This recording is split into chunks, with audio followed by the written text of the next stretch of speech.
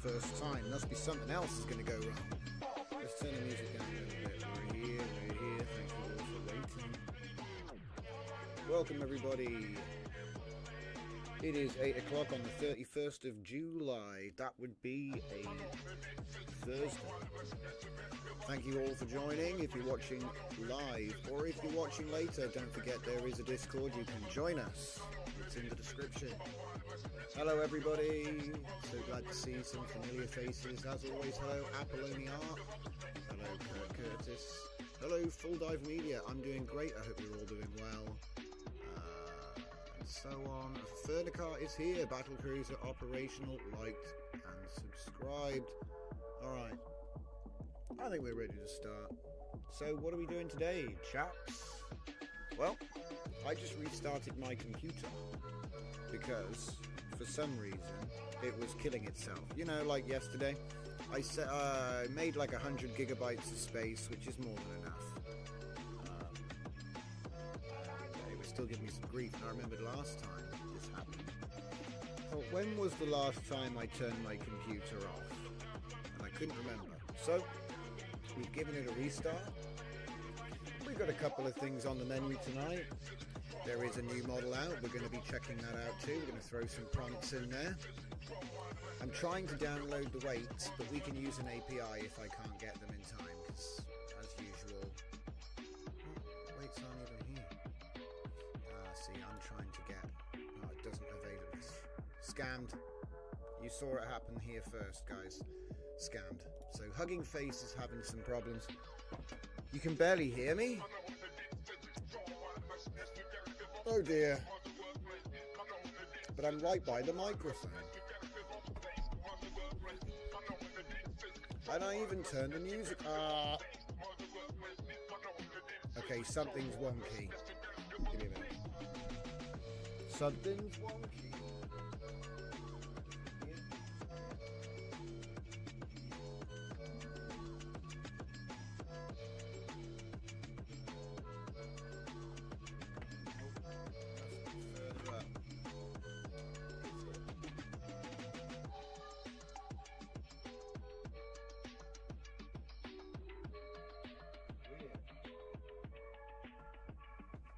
What happened? Nothing? I think the microphone must be wrong. Hang on. Microphone. The traitor. Oh no, it says it's on the right mic. I don't know. I don't know what it is. I'll boost it a little bit. How about that? It's supposed to clip it. Yeah, it is low. Why is it so low? Thank you for spotting that, guys. So we've got... Turn the gain up. Whack it up. Hello. How's that? How's that? I bet that's like super loud now. Has someone been like turning my mic gain down?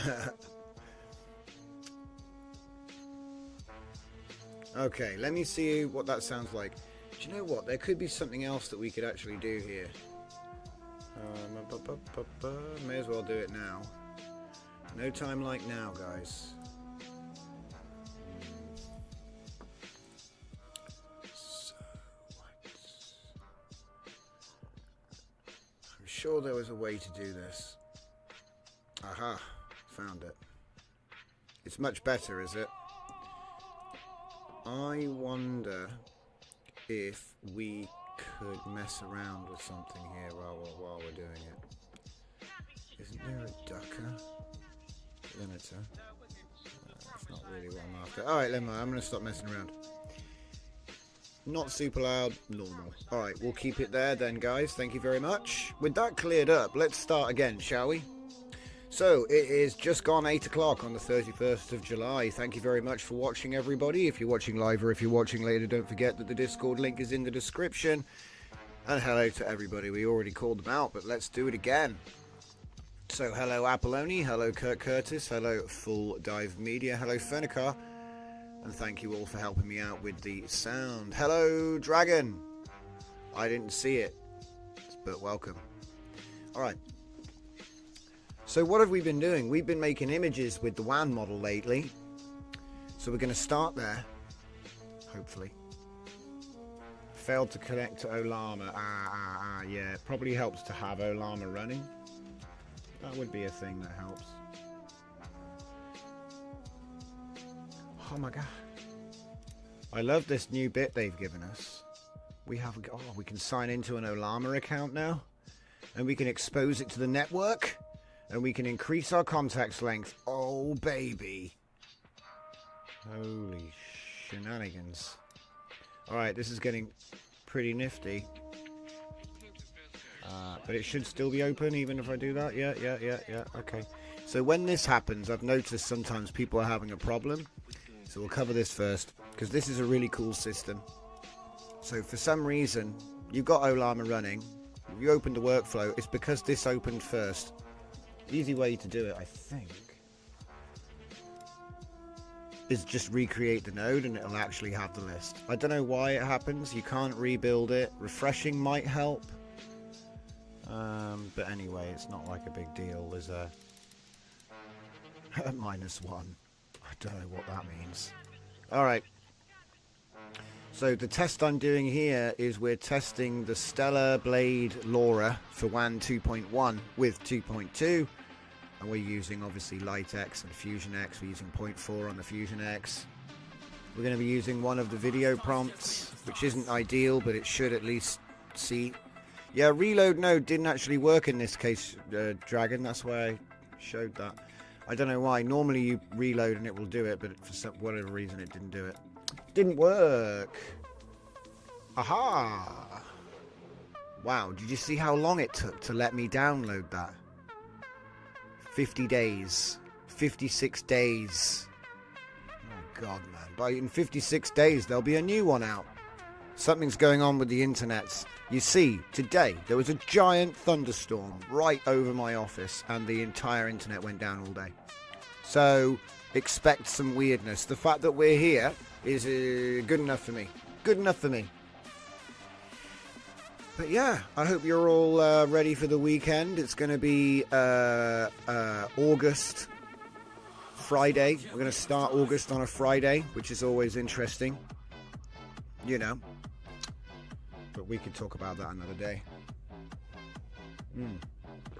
Maybe we'll save it for writer's room. Okay, so 42 days left on the Krea download. That's insane. I can't believe this. Look at this. Hugging face, everyone. It's because it's so popular. When this happens, it's a combination of factors. Yeah, I've got a bad internet, so we'll blame it on that. But to be honest, it's probably just everyone downloading it. Should we go and have a look and see what the chart says? Yeah, let's do that. Create it. Look. Download count is broken. Well, it's not. It's only been up for a couple of hours, guys. 6 hours. I was on it about 2 hours after it came out. It's very good. I've been using OpenAI to do captioned image generation lately. You know, image generation with like a funny caption. And OpenAI was the best one at it because the writing was always correct. And this is good. The text with this model is what really got my attention. I was like, that's pretty good. I know a lot of people will test for different things, but that's something impressive. And also the hands as well. Hands, very impressive, very impressive. And I know we're kind of spoiled with Flux, but this fine-tune is worth grabbing. So I would get the Krea dev and run it in FP8. Expect a load of around 12 gigs. About the same as normal Flux. You see what I mean? I don't know if the VAE has changed. It looks to be the same size, but it's probably worth checking. I suspect it is the same one, though. You know, to my knowledge, it's the same back end as... It's just a straight swap. You know, straight swap, because it's a fine tune, guys. But it's a really good fine tune. No, let's just see this actually run, because we had a bit of an issue yesterday where it would explode. Should probably change that to FP8 though. It's fine. Oh, LoRa key not loaded. See, that would normally tell me that no, the LoRas don't work, but I know they do, so I'm not quite sure. So yeah, just like I say, if anybody's got any experience getting the LoRas to work, that will be interesting. It might be that it just doesn't work in image mode, because we are testing image mode at the moment. If it even works. For some reason it's blowing up today. Ah, here we go. We're getting some images. Right, so we should get something very soon. Same VAE. Thank you, Dragon. Yeah, we got a confirmation it's the same VAE. Did you check the shard of 256? Your Laura's work. Right, this is what I mean. So there must be something I'm doing differently to you, and that's what we're here to find out tonight. So if you want to chirp up in the chat, that'd be very welcome. So yeah, that's not my character. You see what I mean? It's a nice image, don't get me wrong, it's a cool image. And it is probably what the prompt says as well. Do you reckon it's the trigger? Oh, I'm such a twat. This is simple. This is a simple fix. Thank you guys, thank you guys. See, we were so busy testing prompts yesterday, I wasn't really paying attention. I'll show you what the problem is. No. Let me take my watch off. I need to do some work here. Right.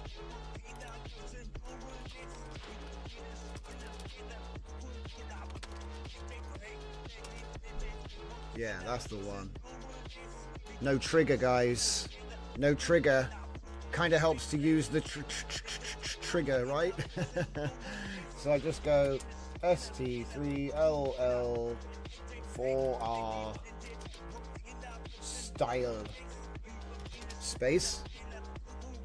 We'll do it just like that for now. Take away that thing there. Okay. Well, actually, wait. If I do comma space here and just take that off there, it's clean. There we go. Right, so it's going to do... Yeah, perfect. So let's just do that. And it will show us confirmation that that worked. It's a simple mod. Alright, go again. Now will there actually be a trigger for the LoRa, right? But we can clearly see that a lot of the LoRa keys just are not loading. It doesn't mean that they're not all loading. It probably means that you can do model but not clip. I don't know. I'll try doing a model only and see if we get the same result. So we'll figure it out, guys. We'll figure it out. And it's a pretty quick turnaround as well, because we're just doing image generation, not video.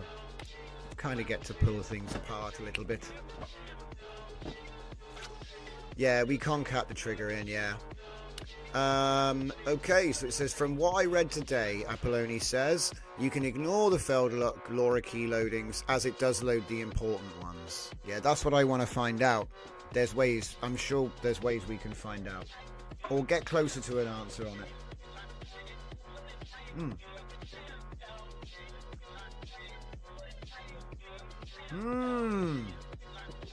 Now that is a LoRa loading. That is a LoRa loading. Admittedly, if you want to get 100% accuracy, you need canny and you need first frame. So we can, you know what I mean? So we're literally going to do, because that's 100% guidance. Right now, we're kind of like giving it freedom to do what it wants. That's interesting. Because, you know, we've got the girl in the power suit. It's giving her a gun because that's bias, guys. That's bias. What's this? Let's get out of here. More show up. Brilliant. Right, we're just going to leave this on instant while we're working. Okay.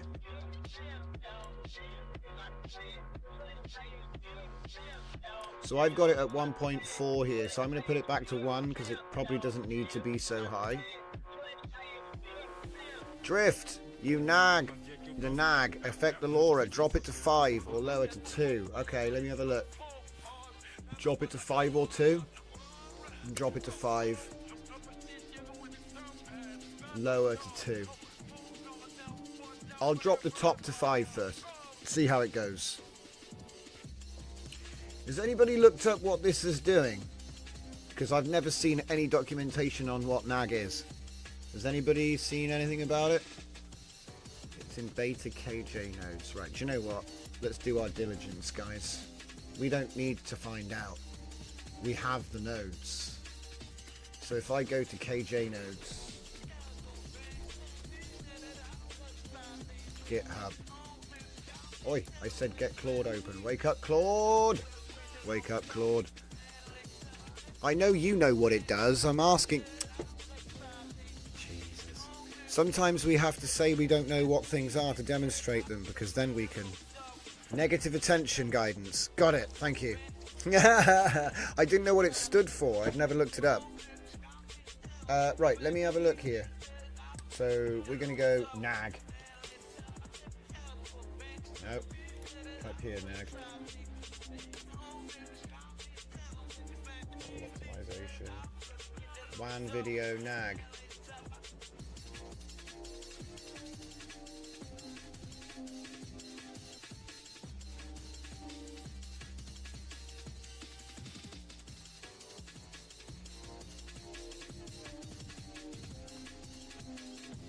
Doesn't really have much there. I mean, maybe there's more there when we drill into it. Hang on. Model optimization nodes. Cross attention forward nag. Looking somewhere. Class WAN. So it's cross attention path. Okay. Right. So I'm just going to do it properly for the benefit of everybody watching at home. Yeah, this is how I would find out what something is if I don't know what it is. Yeah. It's super easy. You don't need to be a big brain. You just need access to the best AI tools. Okay. So I'm going to say, please explain what this does. I do not understand what .json is. And I'll say at the level. Okay. At the level.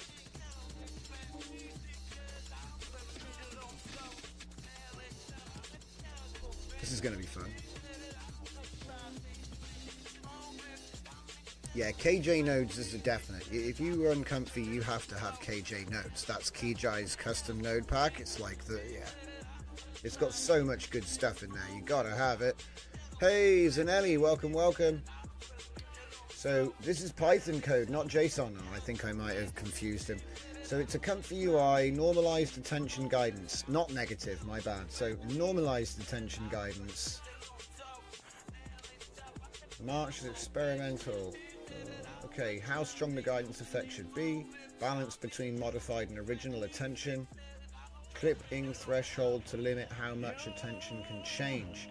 So it was at quite a high strength. So as we dial that back, obviously it's changing its ability to affect it. So yeah, that makes sense. What we saw makes sense. Balance between modified and original. So what do we even have that set to? I don't even remember what that was set to. 2.5. So it's a 25% blend with the original. And then 2.5 clipping threshold to change how much attention can change. And that's at 2.5. So 25%, 25%, and then it was at 11. We've backed that off to 5. So if nag scale is 0, you get nothing. Yeah, right. So if you set it to 0, it doesn't do anything. That's good to know. Mod model preparation. It clones the input model, extracts the core diffusion model. Context. Processes conditioning text prompts through the model's text embedding. Checks if this is actually image to video or not. For each attention block, replaces attention with modified version WAN cross attention that implements the nag algorithm. Technique modifies how the AI model focuses on different parts of the input text prompt during generation. Instead of using standard attention, it applies normalized attention guidance, which can help improve quality and controllability of generated video by better following the prompts. So it's interesting because we kind of normalize with the average when you don't put attention in bracket weights for image generation, that is. So this is quite an interesting idea. How are we doing over here? Whoa! 1080p boots, anyone? It's not bad. Not bad, not bad, not bad. See, I'm enjoying this because this is upscaled, high quality image. This is actually really good. It's actually really good. It's not just good, it's really good. It's doesn't seem to be doing my LoRa anymore, though. Do you know what I mean? I'm not so sure if my trigger. Okay, my trigger's there. We turned the nag down, and it's less like it. Maybe we could control the nag. Maybe we could put the nag to 12 and play with the nag balance. Also, somebody told me they took all of this stuff out of the negative clip, and it was quite funny, so we might have a mess around with that. But yeah, so that was a nice little segment. You know, if you ever want to know, oh, what does this node actually do? What do those mean? And you need to understand it. You can do two things. One is go to the custom node pack, the main front page, and then go to the search box and just type in the name of the node that you're confused about. So for example, we might type something more advanced like Sage. And then we might go and click on the patch Sage attention method. If we can find it. Where is it? There it is. So if I then take this,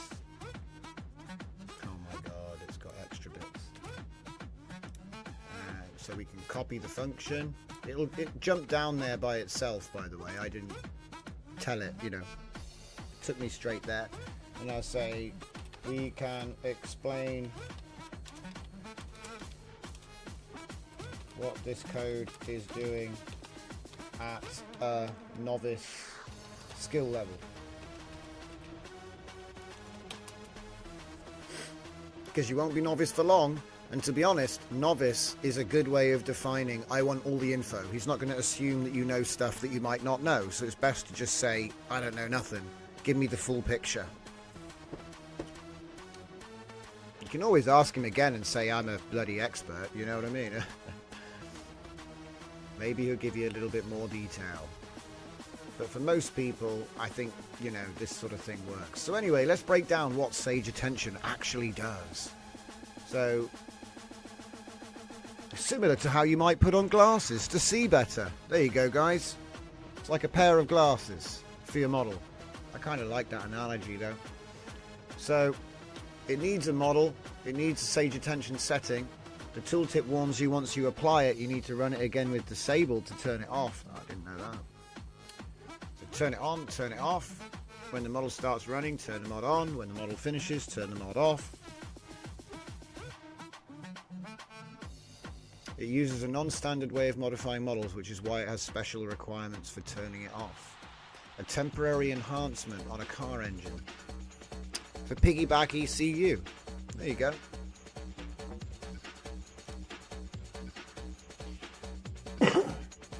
We're going to mod the model. Still looks a bit generic to me. You know, still doesn't look like the LoRa is loading at all. Okay, I'm going to bump up the strength of the LoRa again because that did seem to work. So pump that back up again. Yeah, see, this is the same sort of stuff I was getting last night.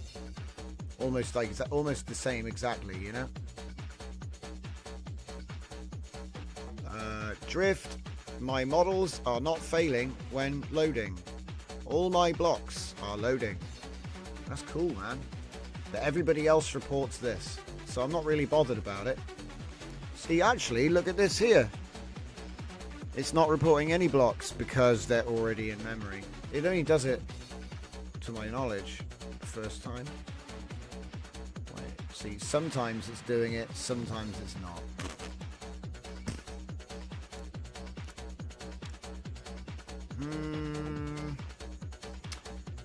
No, right. Do you know what would be nice if you could have the last prompt, you know? So it's like not the current one. So let's see what it's actually going to do. Vibrant, neon-lit cyberpunk environment featuring a towering, sleek humanoid mechanical entity with a dynamic red and white emblem glowing predominantly on its chest. The entity is captured in a high-speed, top-down perspective, its head and upper torso dominating the frame with intricate metallic textures, glowing circuit patterns, and a sharp angular design that's just advanced technology. Okay.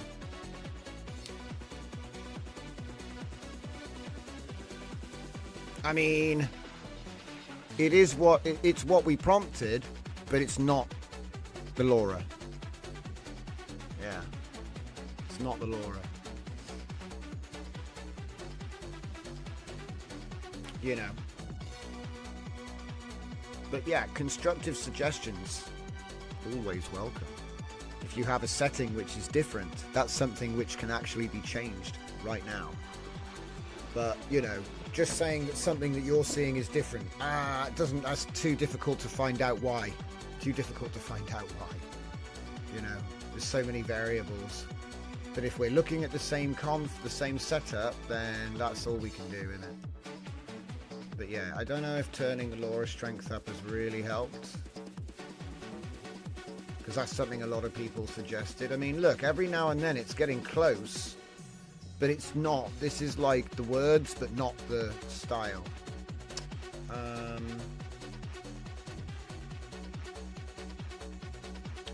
So I don't think that turning up the strength is the answer.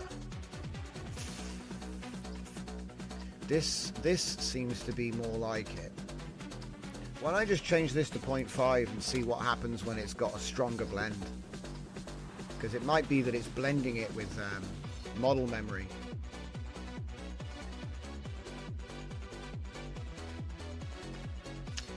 We'll find out.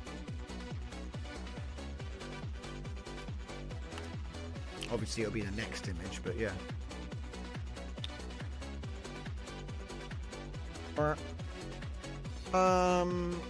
There are no tanks. There are no tanks, so I'm not quite sure what that's supposed to be, but hey, cool image. You know, it's like cool image, not really what we asked for. So, like I said, there is a LoRa loaded, which allegedly will run. Allegedly. I say allegedly because I haven't seen it yet. Remember, we're not doing video generation. We're doing image generation. That could play a part here. It might be that the first image that it makes is not, you know, like it needs a sequence maybe to formulate the. But I've seen it get close a couple times. I'm thinking it's just by coincidence now, because this is not what was trained. You see what I mean? I mean, there is an asteroid and there is a spaceship, but it doesn't look anything like that. Yeah.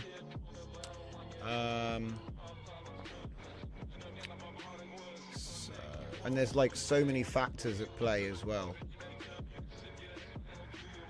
All I can say is I'm not using GGUF in this workflow.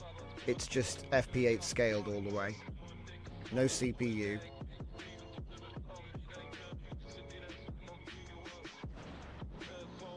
Thinking we try a different LoRa, but cars are going to be harder to judge.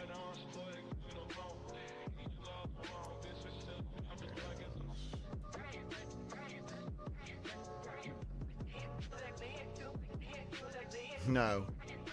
See? It's not loading at all. Alright, put that back to 0.25. I'll go back down to 5 again and see what happens.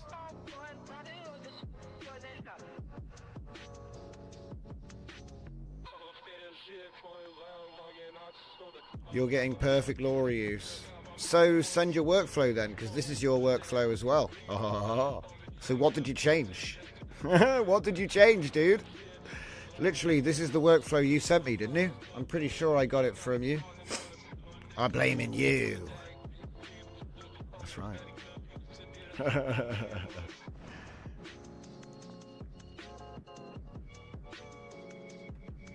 Yeah, see. It's like... It's a cool image. It's a cool image.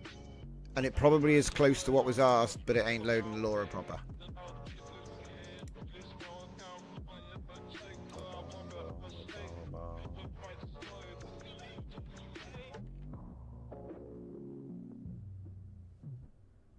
Maybe it's the order. Maybe it wants me to put my LoRa in the middle, like you say. That's at 0.8. Okay, we'll try that.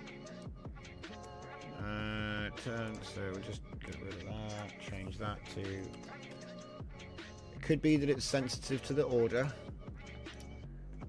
0.8. Yeah, there we go. So we sandwich it in there. Maybe that's the trick. What else have you got written there? You're using the same model, the same clip, the same VAE. You've got KJ on auto, I've got it disabled, but that shouldn't affect LoRa loading. You'll have to show me what else you've got hiding away there, like what are your NAG settings and your sampler. Other than that, nope.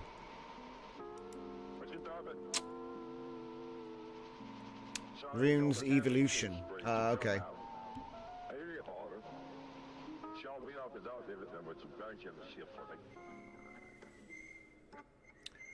I mean, again, it's like the words are there, but the actual, you know, what was trained isn't. So it's cool picture, you know what I mean? Cool picture, but not. You know, we'll wait. Maybe there's other things they got to change. I did take that down to 5, didn't I? Wasn't the default 11? I'm not sure.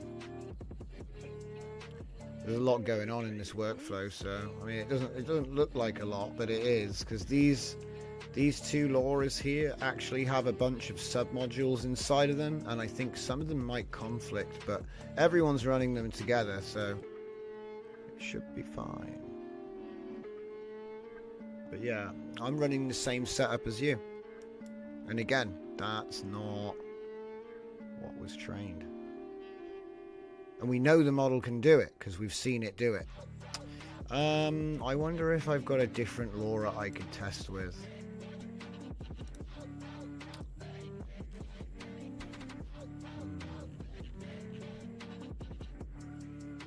Because the car stuff is kind of hard to judge. Like it's all movement styles. Keaton effect. Isn't that Buster? See, that's like black and white. That's not going to work. That's why I'm using Stellar in the first place. It's probably the best one. Yeah, it's funny. Could do WAN V1 maybe. Try WAN.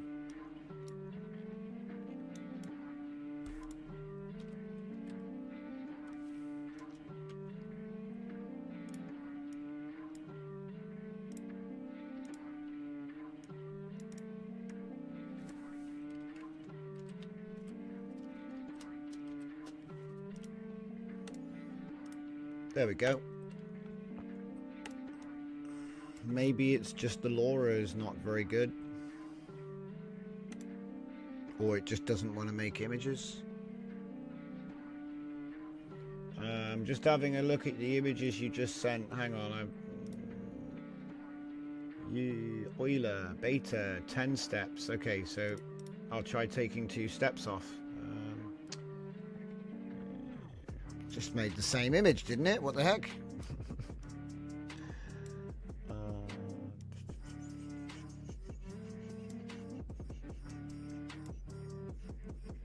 Phone footage shot on a camera. I might just get rid of the enhancer, because maybe I'm going too far away from what I trained as well. 5, 2.5, 2.5. That's all the same.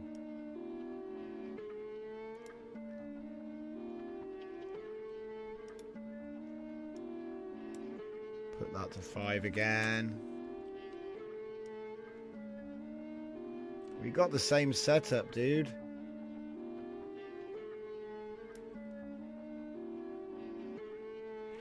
Ah, your LoRa's are image LoRa's, not video LoRa's. Ah, there you go. That's what it is. There's no stills in my...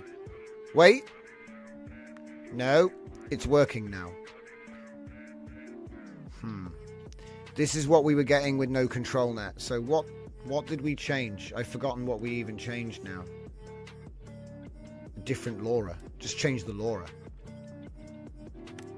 See, without the control net and stuff, it doesn't understand, well, when we were doing it. But that is interesting. All of my video LoRa's, yeah, they were all... But look, I mean, it's true though. It's not... It's just the words, not the training. Yeah.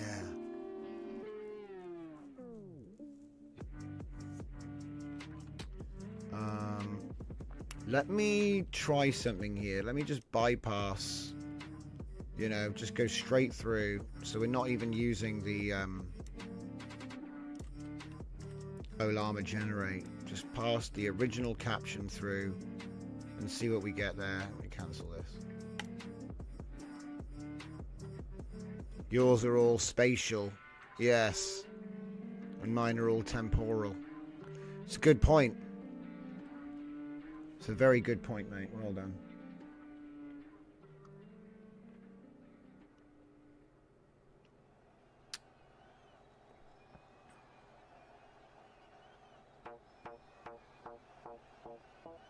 Whoa. Gets closer. It's still not a Helldiver, right? But it's like everything except it looking... Do you know what I mean? It's the most non-brand Helldiver fit picture. It's like replaced everything with real life stuff.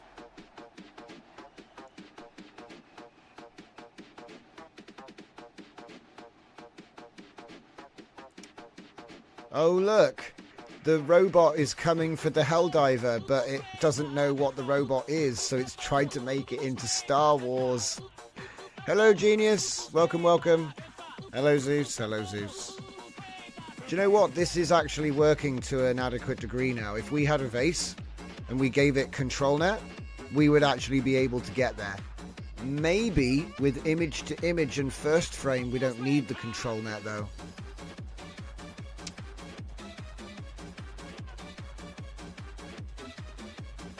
What the heck? It's a rocket with a laser beam on it? It's a rocket with a laser beam, which explodes. Rockets with exploding laser beams. I've not seen that before.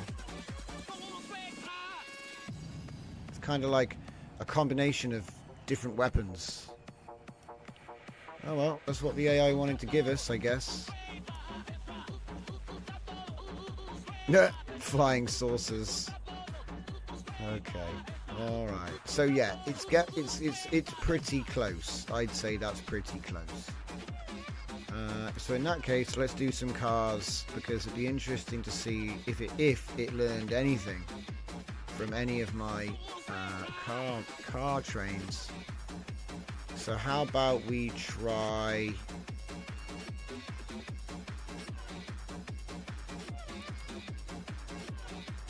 We'll do track first. No, wait.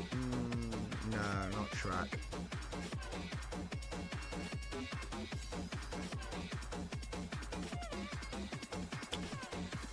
I wonder where that one went. I seem to have lost the Laura.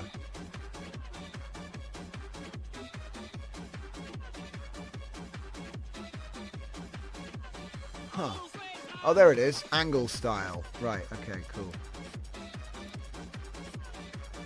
Oh, there's no bloody...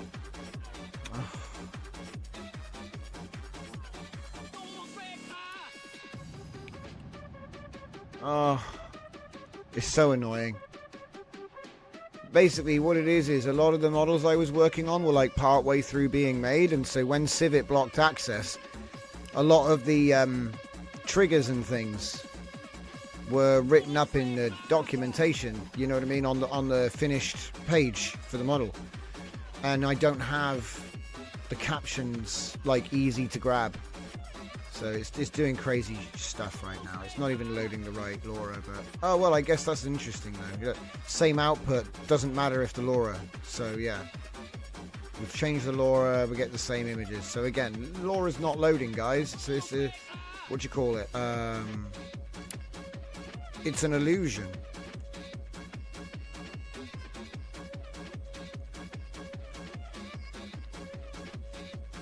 See, normally I just ignore, what's it called? Yeah. We'll see what happens next.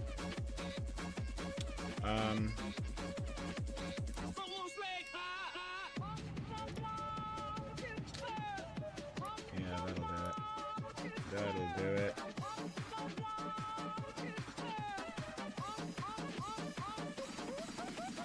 Apolloni says, I notice it's prompting video, real life found footage. Maybe that's not helping. Yeah, but those things were trained though. So, you know what I mean? Like in 2.1 it's fine. But this is 2.2, so it's different.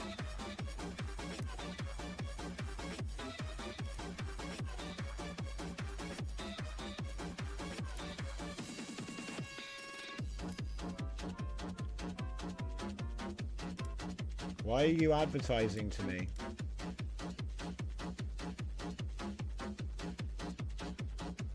See, this isn't even loading the right LoRa, guys. Civet Archive or Diffusion Arc may have the data. Yes, that's right, Zeus. I published all of the captions with the models, but I don't have access to those pages. And I've archived all of the models and the trainings away. For videos, not for images.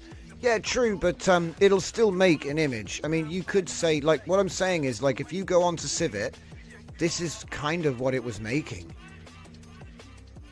Okay, maybe, because look, I'll just turn the LoRa off. Basically making the same stuff, you know what I mean? Like, I actually set it up, so, what was it? I just literally did what we always do. Yeah, one with, one without. Let's put Hell1 V1. No Hell1 V1. Same prompt, same everything, same seed, right? And they'll be the same. That's how I prove it, guys, because it's like hard to tell. If somebody wants to send me like a new thing,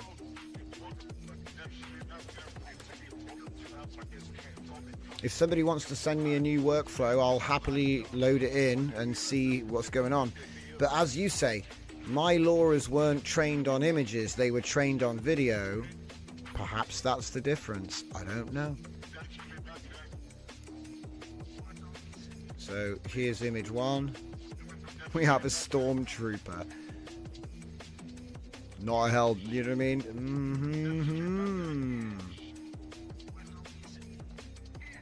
Define new thing. I'm not sure what new thing means. Sorry, guys. Yeah, look, guys. Listen. All right. Top row, LoRa on. Bottom row, LoRa off. Send me a LoRa. Send me a LoRa. Send me a link to a LoRa.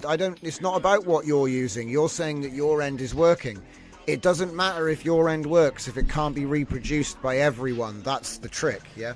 The trick is making it so everyone can do it. So if we can't figure out like why LoRas don't load, or if people think they are, we need to get an example of it working, you know what I mean? Is LoRa a weapon? Yes.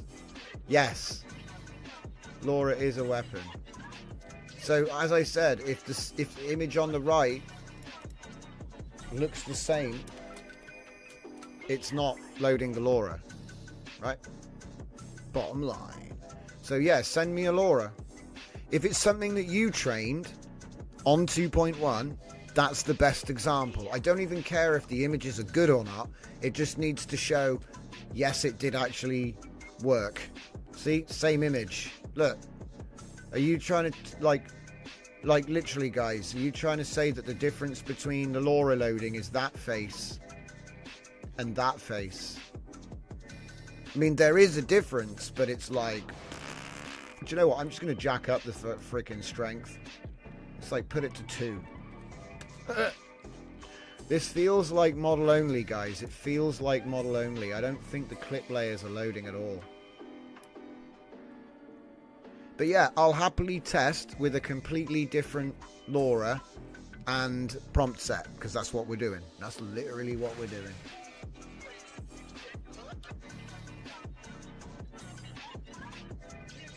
funny that it's basically the exact same thing. Look, the images aren't bad. I mean, it's brilliant. The images aren't bad. They're just not what we would expect. And it's not, these aren't the same yet. These aren't the same yet. It's still making image 2, guys. And now they match, see? It is slightly different, though. It is slightly different. But it's not different enough that I would be like, yes, this is a good train. It's like barely perceivable. I think what we'll do to sort of make it easier to read, because you have to wait and then it's like, we'll just do a quick image concatenate, so we got like an all-in-one to look at.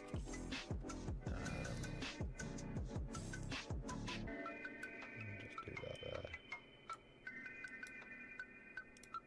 Get a preview and go down. There.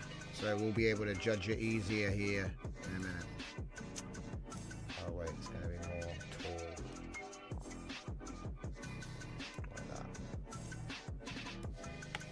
Okay. Zeus says, I had one simulation where a LoRa was actually useless because the checkpoint already knew what you were asking and the output overlapping made it worse. Yep.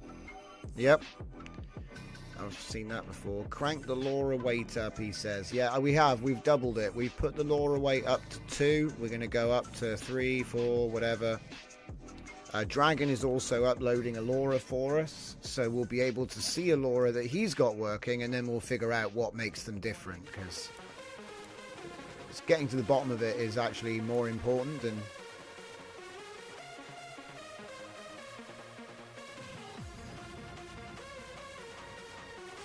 See, the images themselves that it's making from the base are amazing anyway, so, you know, now we're sort of just quibbling at the moment, really.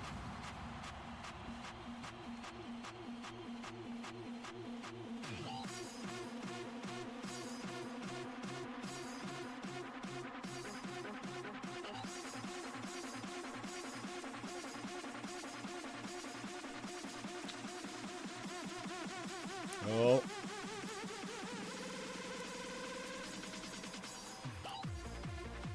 Oh. Oh. Yep.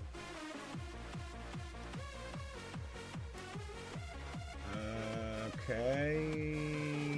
Download this.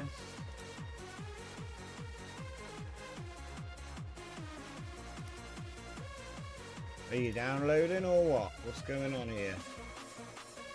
Man, can you just download the file and stop giving me scanning for viruses? Just downloading it. You infernal machine. Okay, so here we have the 2. Oh, okay, alright. The fact that he's facing away does actually point that it did learn something, because remember, it's Helldivers, right? Most of the time you're running away from the camera, so that would have been, I can see that being something that was learned, but it's changed nothing else. You see what I mean? It's like, what? It's got a helmet on. So the top is the LoRa, the bottom is no LoRa.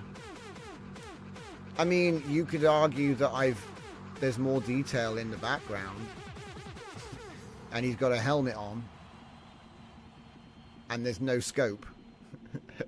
So it's like, it has learned, alright, it's learned something, but I can't really say, make sure you put safe for work in the prompt. Yeah, cheers, mate. I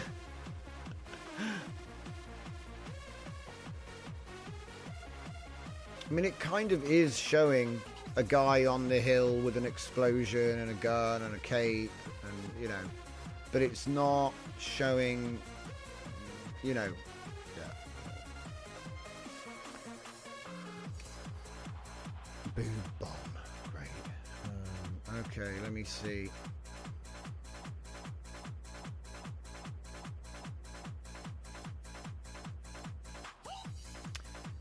We're going to jack up that strength a bit more. I get the feeling that the more we put this up, I'm going to double it again.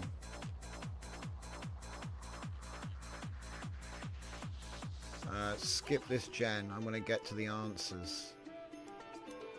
So it like I said, guys, it is a WAN. This is a WAN 2.1 LoRa being used on WAN 2.2 for image generation, not video. Now,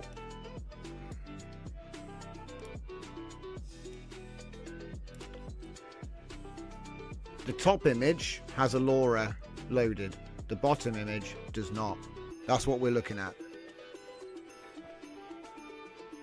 I mean, it has it. You know, I have to take it back. I can't say that it's not working, but it is working to such a, well, it seems to be working at such a weak level that to me would say that when it gave the errors for the layers not loading, it wasn't something you can just ignore. It isn't.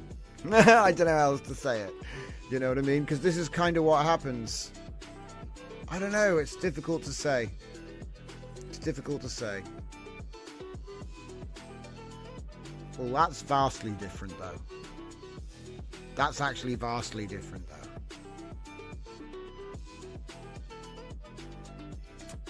I mean, that does look a bit more Helldivery at the top there. It's gotten confused about the cape for some reason. But the generic robot looks less generic. I mean, it's still generic, but it's like more like Automaton from the game. It's got the red eyes and the metal armor. The shapes are off.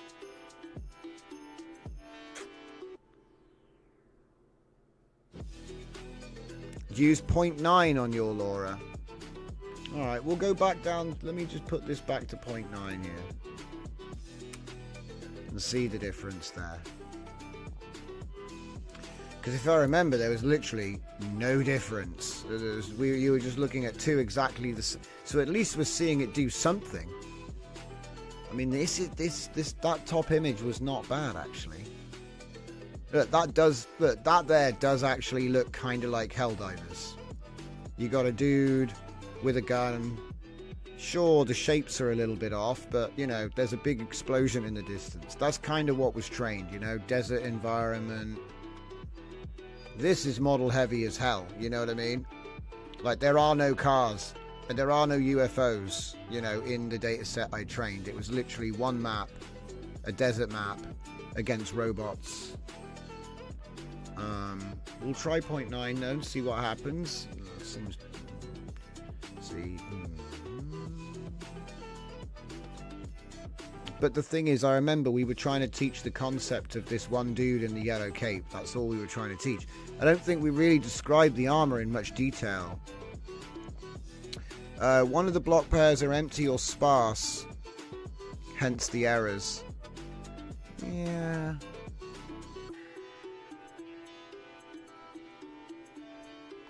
Maybe you have to turn the strength up because it generates a big batch of frames, not one image. Do you know what I mean? Because look, there's virtually no there. There's virtually no difference there. So how about 5 or 6? I want to cook it. I want to see this thing cook. Cancel.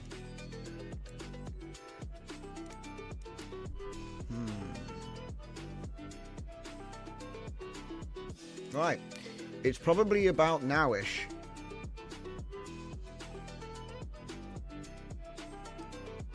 That we go. So hang on. There it is. New album, Platano Sucio. It just means dirty banana in Spanish. That's what all of the track names are. Dirty Fruits.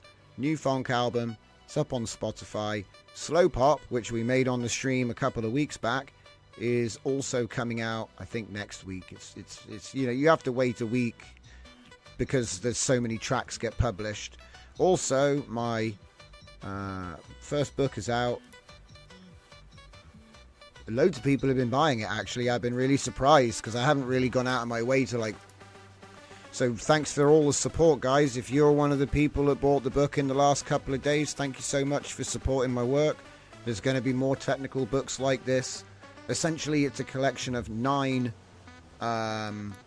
technical essays offering to make all areas of AI accessible. So, you know, we have like a bit of history, bit of trivia, good analogies and metaphor, but like solid technical. So it's not like big brain, but there are formulas in there and stuff. It's not like you have to be like a machine learning scientist to be able to understand it, but at the same time it covers everything: text, image, video. You know, we've covered everything. And we've also done, what is it, vibe coding, context engineering, narrative generation. We've done all that stuff as well. It's all in there. So again, thank you so much for supporting. I think it's $15 and $30. I don't know why it's so expensive for the hardcover. It's really weird. The prices look a bit scuffed, guys. But they're kind of like automatic. Let me see the UK prices a minute. I could have sworn they were cheaper than that. I thought it was like £15 and £20. So how is £15 15? Whatever. Like I said, they're let me have a look at this real quick. So that was USA, wasn't it? So let's have a look at UK. Is this just the exchange rate? Oh, it's £11 and £20. Right. Okay, I'm wrong. I'm wrong. They're right. It's just the exchange rate. That should be the same price no matter what. But I wanted to make it available on both sides, so it was like quicker distribution. You know, if you get from Amazon.co.uk and you're in UK or Europe, it's going to be quick. There is actually like an EU one as well, but I didn't know. Like, maybe I should put up an EU listing as well. But whatever. Like I said, counting the parameters, 9 essays, came out the other week. Thanks so much, guys. Appreciate you. Links are in the inside line if you have no idea what the hell I'm going on about right now. Links are in the inside line. And if you want to read what that is, if you want to actually read what that is, go to my Substack, because every essay was published for free. So you don't have to buy the book. You can go and just read it for free. But then you don't get it you don't get the physical item. So there it is. To me, it's a piece of history, because I'm going to be doing more of these and not forever. So, again, thanks for the support, guys. Really appreciate it. Right. So, with that all being said, let's get back to the thing here. See, do you know what, guys? Just crank up the LoRa strength. Just crank up the LoRa strength. It's working now perfectly. Look at it. It is actually making Helldivers now perfectly. Look at that. What the hell? We cracked it. It was just LoRa strength and a couple of bits and pieces. It's working perfectly now. It's almost nearly getting the bloody mask right. I mean, mine's got like a gas mask thing on one side, but that's a result, guys. Thank you, Dragon, for helping out with that. I don't know if I actually need to test your LoRa now. I think we figured it out. You just need to... It's like Fernie said, you just need to crank the LoRa strength. Absolutely crank it. Look at that. It's almost got the right gun and everything. That's my cape. That's crazy. We're going to leave that. We're going to leave this running. So at the bottom is what is LoRa, a weak LoRa. Top. Man, you know what this means though? This means that the video is going to be identical as well. I mean, look at this. I don't know why I'm... Don't shoot your buddy. Alright, so I'm happy with that. So do you know what we should do? We can confirm this. Go over 9,000, says Dominic Cousteau. Good man. It's in the name of science. We need to know what happens. I mean, look, if you go over 9,000 LoRa strength, it might just spawn a new universe. Maybe that's how the Big Bang got started. What do I know? You've got to do it for science, guys. So yeah, LoRa 6 was enough to get it up there. That can probably be fine-tuned more. We used a nag scale of 5, but that's really nice. So I'm going to go back to Stella now, because I want to see how close we can get Stella. So let's see Stella, because that one wasn't as well trained. The Hell V1 went through a little bit of refining, whereas Stella was put together much quicker. Stellar style.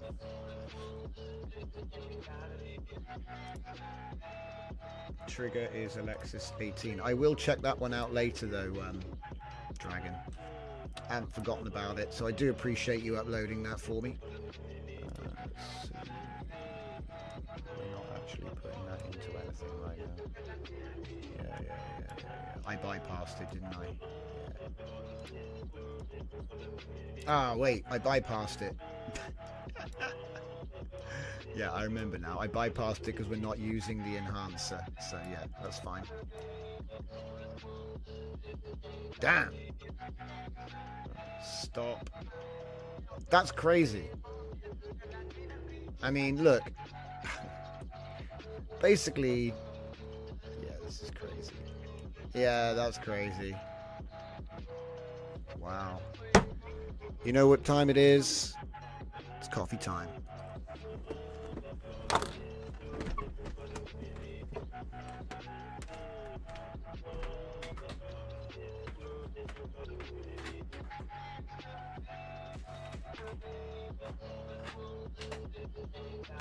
Don't worry, I bought enough coffee for everyone. But you've got to bring your own mug. All mine are dirty.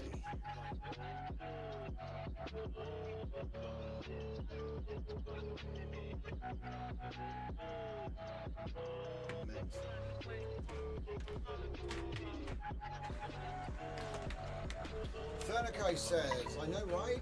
Doesn't this hint that WAN doesn't burn? Yeah, normally that would be burned to a crisp. I would not normally recommend doing 6 LoRa strength, okay? But, hey, I'm not here to explain why it works at the moment. I'm just here to find out which value is working best. And I mean, it's making more images while we're on coffee time, obviously, guys, but we can take a look at those in a minute.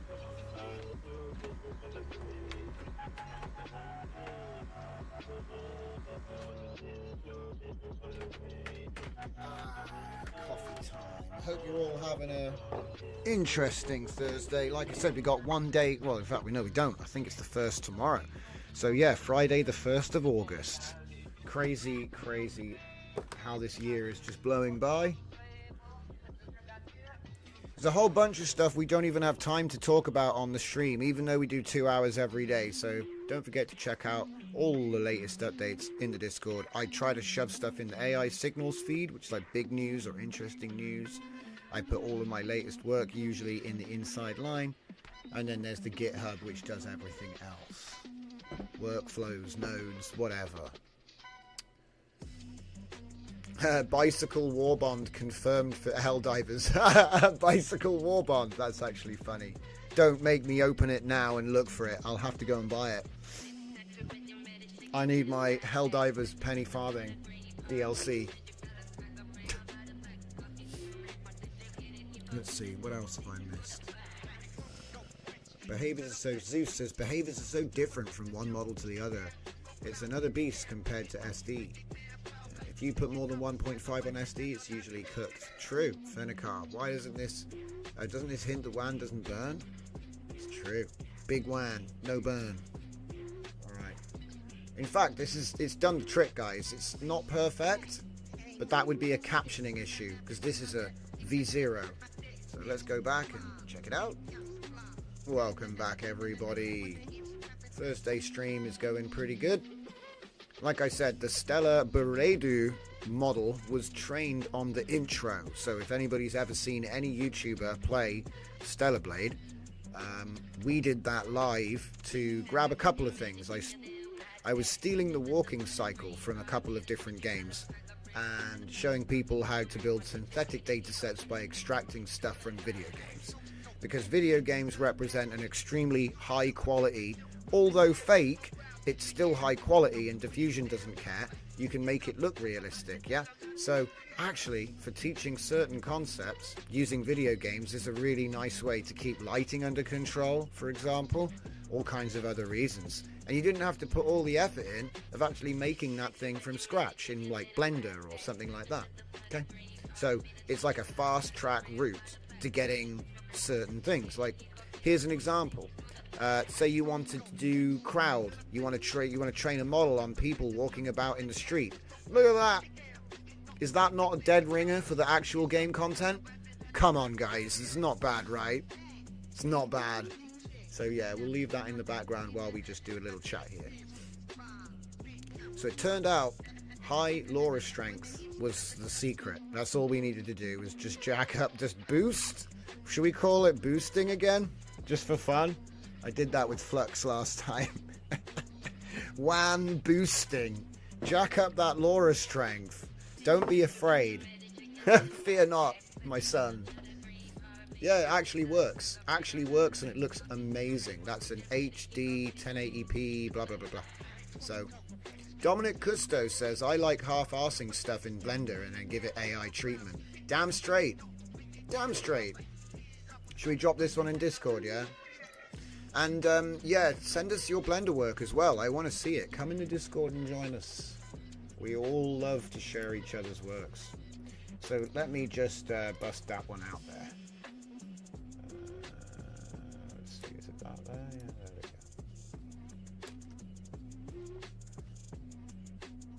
Yeah, you can see that's 100%. The example that Boyo is linking here, so that would be our man Dragon Diffusion in the chat. You can see this is his character, and that is 100. He's been posting this character constantly. We know I recognize the face like it's a human being, and then this one over here is your generic WAN woman. You see what I mean? So yeah, that's confirmed. And you say you only use 0.9. So what that tells me is that if you're training on video, it needs more strength, and it makes me wonder if the strength of a video train, like the way that I've trained with video, maybe the strength is like less because you're always making huge batches of images. I don't know. I don't know what the answer to that one is. I'm not quite sure what's going on here, but I think it's just doing its best with a bad caption there. Yeah, what? So we have some kind of oil derrick exploding, and we have some kind of skyscraper exploding, but it's very confused. It's kind of funny. Gotta give it the beans, says Zanelli. Yeah, that's right.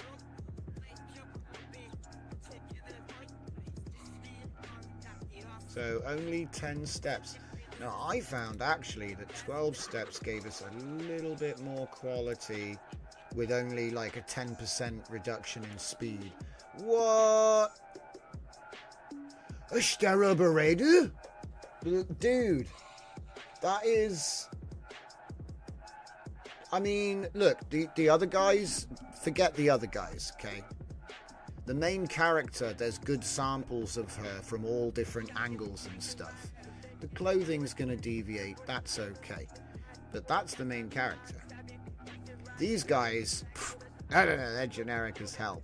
But there weren't good samples of them, so they've still come out relatively well. I didn't drop it in the Discord. What?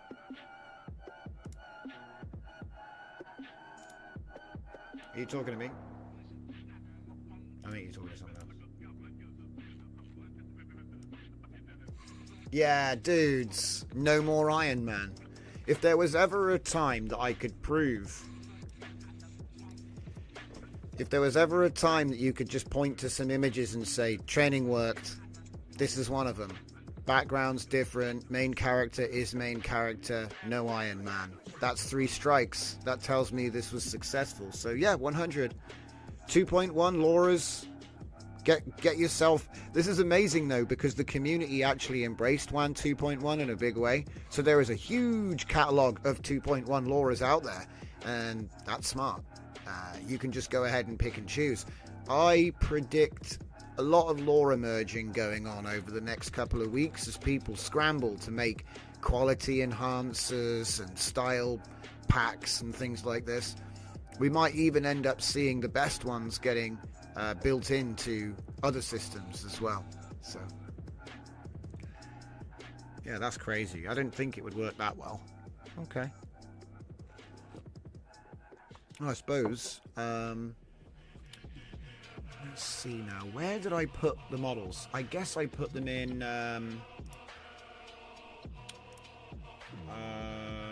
There, it'd be in the NAS. Let's have a look. See, I don't like to mess around in the NAS too often because it's like the Indiana Jones warehouse. Who would have thought that the Chinese approach would dominate video? Well, it turns out that if you cut all of the bits that you don't like out of a thing, what's left is like Swiss cheese with holes in. That's how it turns out. So yeah, just train everything and, you know, grow a pair, you know. I think it's probably time that people start, because you can't teach a kid about only the good things in life and expect him to be prepared for the world.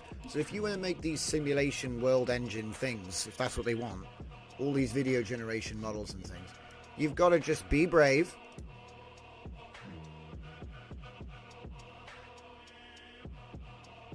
Huh.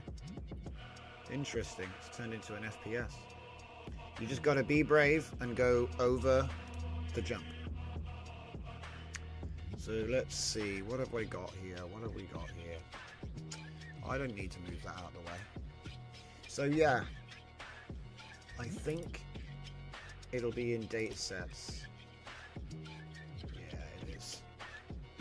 So, gun sight. It's not really worth.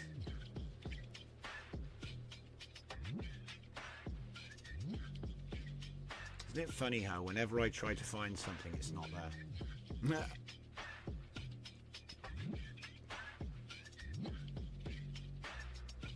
I mean, gun size there, though. I could just take this.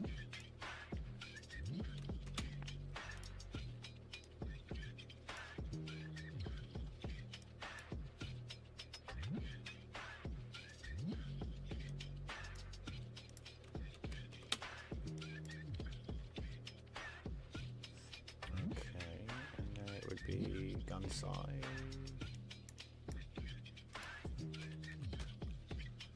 Oh man, this one was trained on Civet, so this is going to be a bit hit and miss, isn't it? Oh wait, there's a V1.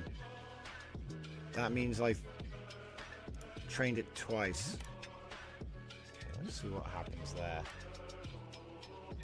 Oh, this one didn't really change at all. Oh, it's because I'd already messed around with stuff. Mid-edit, whatever you call it. So, WAN 2.2 cough cough does better with anatomy, says Dragon. That's interesting. And also, it seems my images got confused by the aspect and it needs an unstretch post-process. Yeah, I agree.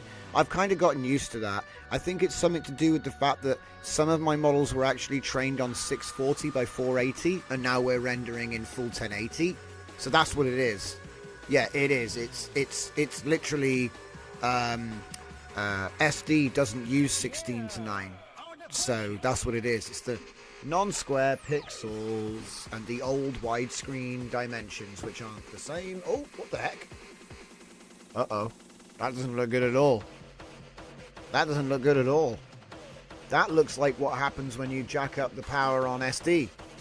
Ooh, I think we're getting closer to some solution here. If I put this to 0.9, what's the gap betting that it'll just work? Oh, wow. So it depends how you train the LoRa is why this is happening. It's because, it must be because of the way I was using the all frames mode in the trainer. All frames mode. Look at that. So high strength didn't work with this particular WAN LoRa. Now, could it be that it's a 1.3 billion LoRa though? It could be that it was for a 1.3 billion WAN, because this is quite old. Yeah, that's what it is, isn't it? It's just the wrong model. Okay, calm down. If you right click on the LoRa in the power loader, you can get the trigger words. Are you sure that's not just a function of like Civetai or something? Yeah, look, it's fetched from Civet. But you're right though. That's fine. I put the thing on Civet. Access to this service is not available in your region. Rinsed. What are you going to do, guys? What are you going to do? I think that actually this is for a 1.3 billion LoRa, which is why it's not working. So I'm going to jack that back up to 6 and change it. Let's try something else. See, I've got Keaton 14B there. That is 14B. So let's get the thing for Keaton. Keats A3. I don't think that's the same one, but we'll go with it. We'll go with it. Wait a minute. It worked. Wait a minute. It worked. Wait a minute. It worked. Okay, guys. I'm often hasty when I make assumptions. I thought that I trained the LoRa on the wrong thing. That right there is a perfect output. I mean, okay, there's pedals in the passenger seat, but don't worry. Maybe it's a learned race car. So, under instruction. Race driver under instruction, guys. Okay? But no, this means that actually it does work. So, do you know what it is? Was this one trained on images and the other one was trained on video? Because then it's literally, if you trained it on images, 0.9. If you trained it on video clips, jack it up to 6, and you're good. So I think we figured it out. It only took an hour. To do it. But yeah, that is actually working. And it's not the same as what the LoRa should have. That's what it should have made. Same seed, same prompt, no LoRa. So that proves it. Wait. Oh yeah. That's okay. That's LoRa loaded, wrong prompt. So yeah, hang on, I should have. You know how it's on instant mode? So it's kind of like I changed half of it and then it kept making images. So yeah, I should have stopped that one from coming out. It's probably prompted for the wrong model, you know? Alright. But yeah, that's amazing. So that explains, earlier in the stream we couldn't figure out why Dragon's LoRa was loading at 0.9 and all of mine required 6.0. It seems to be that it's because of how it was trained. So if it was trained on thousands of video frames, it needs a higher strength, which kind of makes sense because I was always sat there wondering, how are they even training all of these video frames with such a small amount of compute? And I think the answer is they were using like 0.05 attention or something along those lines. You know what I mean? So it trains, but it's like super lightweight, super light training. But I can only speculate because I haven't seen the code, you know what I mean? See, look, I haven't changed the prompt, have I? Tut, tut, tut. Buster Keaton. Yeah. So, wait a minute. Yeah. I forgot to hook it up. There you go. Hodoi. Cancel. I am the smart. I forgot to change the prompt. So yeah, don't worry about the last few results. They're bogus. But yeah, what was I saying earlier? We did a whole bunch of stuff on Twitter for fun. I've been doing a bunch of stuff. So let's have a look at that while we wait for things to come back online. Profile. So let's scroll down. So some of the shorts are coming out up there now. But yesterday we were looking at this, which was native 2K generation, 50 seconds with open source video model. WAN 2.2 14B low noise. So that's what we've been looking at. We made this beauty, right? And then we've been spending time figuring that out. Now, in the meantime, FLUX Dev Krea came out. So if you're looking for a really good fine tune of FLUX Dev, the new Krea weights look really good. They're really nice. Let's see. Made a whole bunch of different things. Are we actually on my profile? What's going on here? There's like a whole bunch of other people talking on there. What's going on? Are they advertising? So yeah, FLUX Krea made this one. So the text was pretty good. The prompt was simply top text is this, bottom text is this, and then describe the image. So Shakespearean motivational posters, yeah? Nah, the day for legs. Messing around with that. Also got a couple of new agents. Most of them are in the projects. So we have the Shakespeare motivational agent that makes those images we were just looking at, the Old English translation, Holographic Shooter V2 we've talked about and looked at. Solarian Journey System, we need to actually write a story with that and put it through its paces because that's brand new. Uno Rosa is just Uno customized with the Rosen or Orden Rosa story, and same there, that's also customized. That's for Panopticon. Semantic Echo is Fernicar's latest thing. You want to check that out. It's all in the inside line or up on various different Gits. The joke ads I did a couple of, like last week or so, that's what came out there. The non-fiction, I used that for a lot of things. Mark 3X, we looked at that before I went on holiday. There's also Mars. I've never finished writing for Mars. So yeah, we've got a whole bunch of different things in here.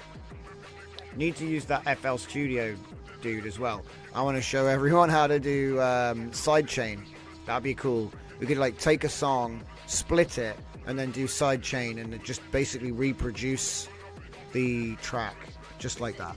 So obviously I'll take one of mine, don't worry. Like always, just like always. But yeah, the new workflow is narrative inversion, Uno, semantic echo, followed by feeding the reports for each chapter back into narrative inpainting. So the narrative inpainting is a really cool agent. So I mean, how can I get to the can it, what's going on here? There we go. So I'm not gonna read the whole thing out because it's just too much, but you can't even bloody read it. Can't even bloody read it. I'm gonna have to change. Right, I gotta stand up for this one. Okay. Wait! You caught me sitting down. Hang on. Okay.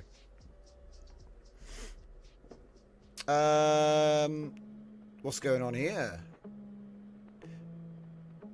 No censoring so far, as I have found, says Dragon. Yeah, I think WAN is an uncensored model like Hunyuan.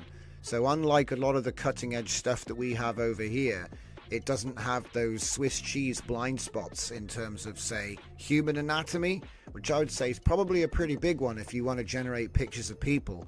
But as we know, OpenAI doesn't want to generate pictures of people, guys. He'll often refuse you if you try. You know what I mean? You can't, I'm sorry, I can't do that. It's kind of funny. Anyway,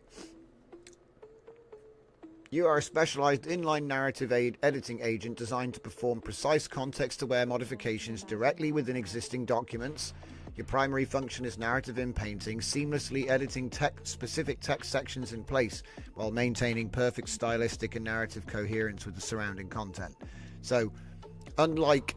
It's kind of like what the IDEs try to do, but we give it a list of masked quotes. So I get an agent to provide a masked quote, list of masked quotes, and then you just feed this in. So it's like the two agents just work together by passing back. So it's like you have a draft, you say, look for the semantic echoes in my draft and provide a report of all the quotes.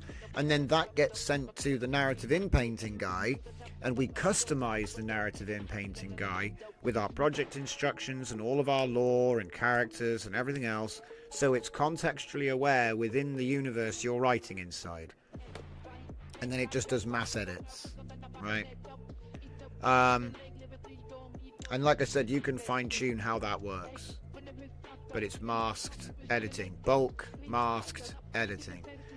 And you actually have a lot of freedom in that as well, because here's an example which I actually made this for. It's not for bulk masked editing. What it's really for is understanding my story.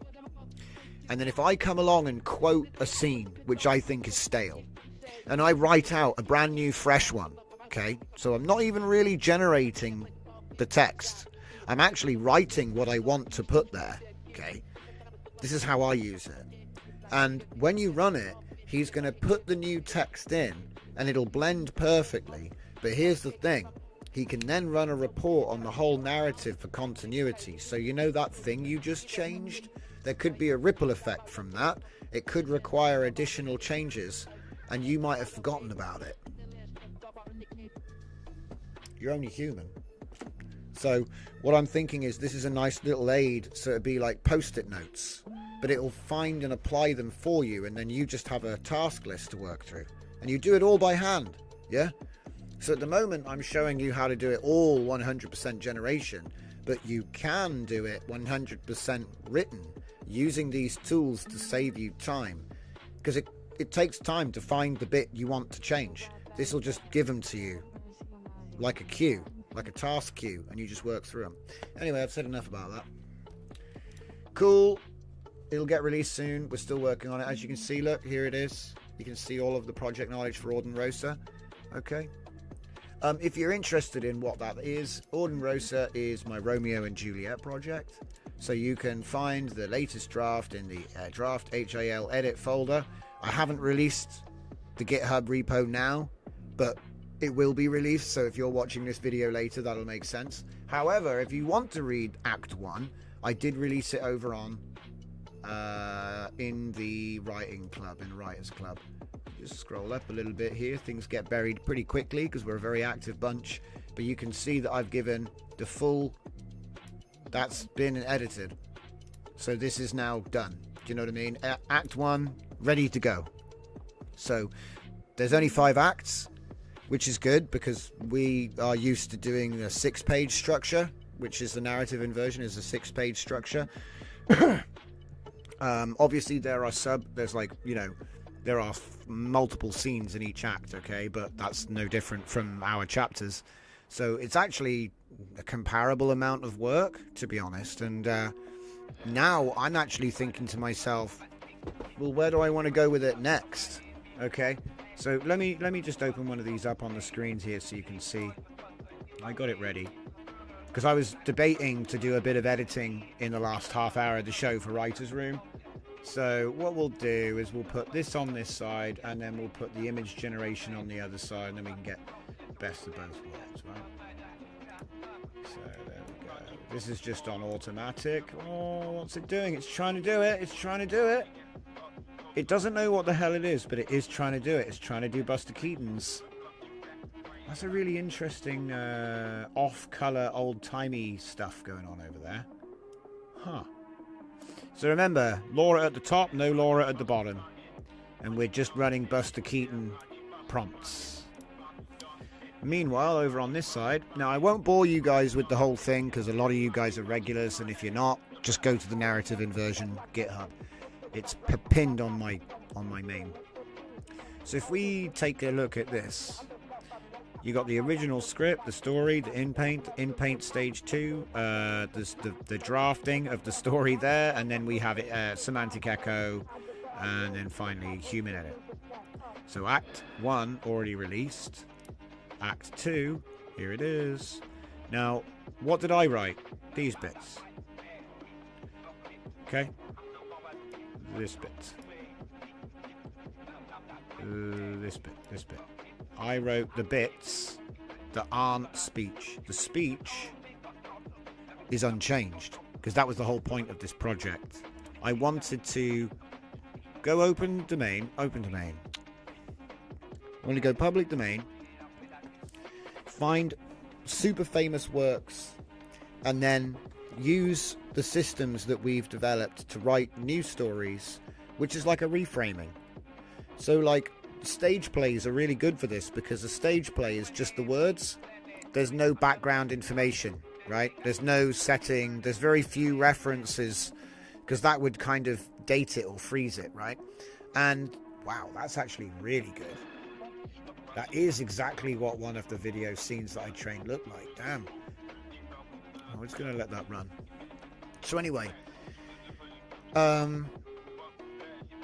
what I've written is what I call wet. So dry would be just the script. Wet would be extremely over detailed and even to a point repetitive in some cases, okay?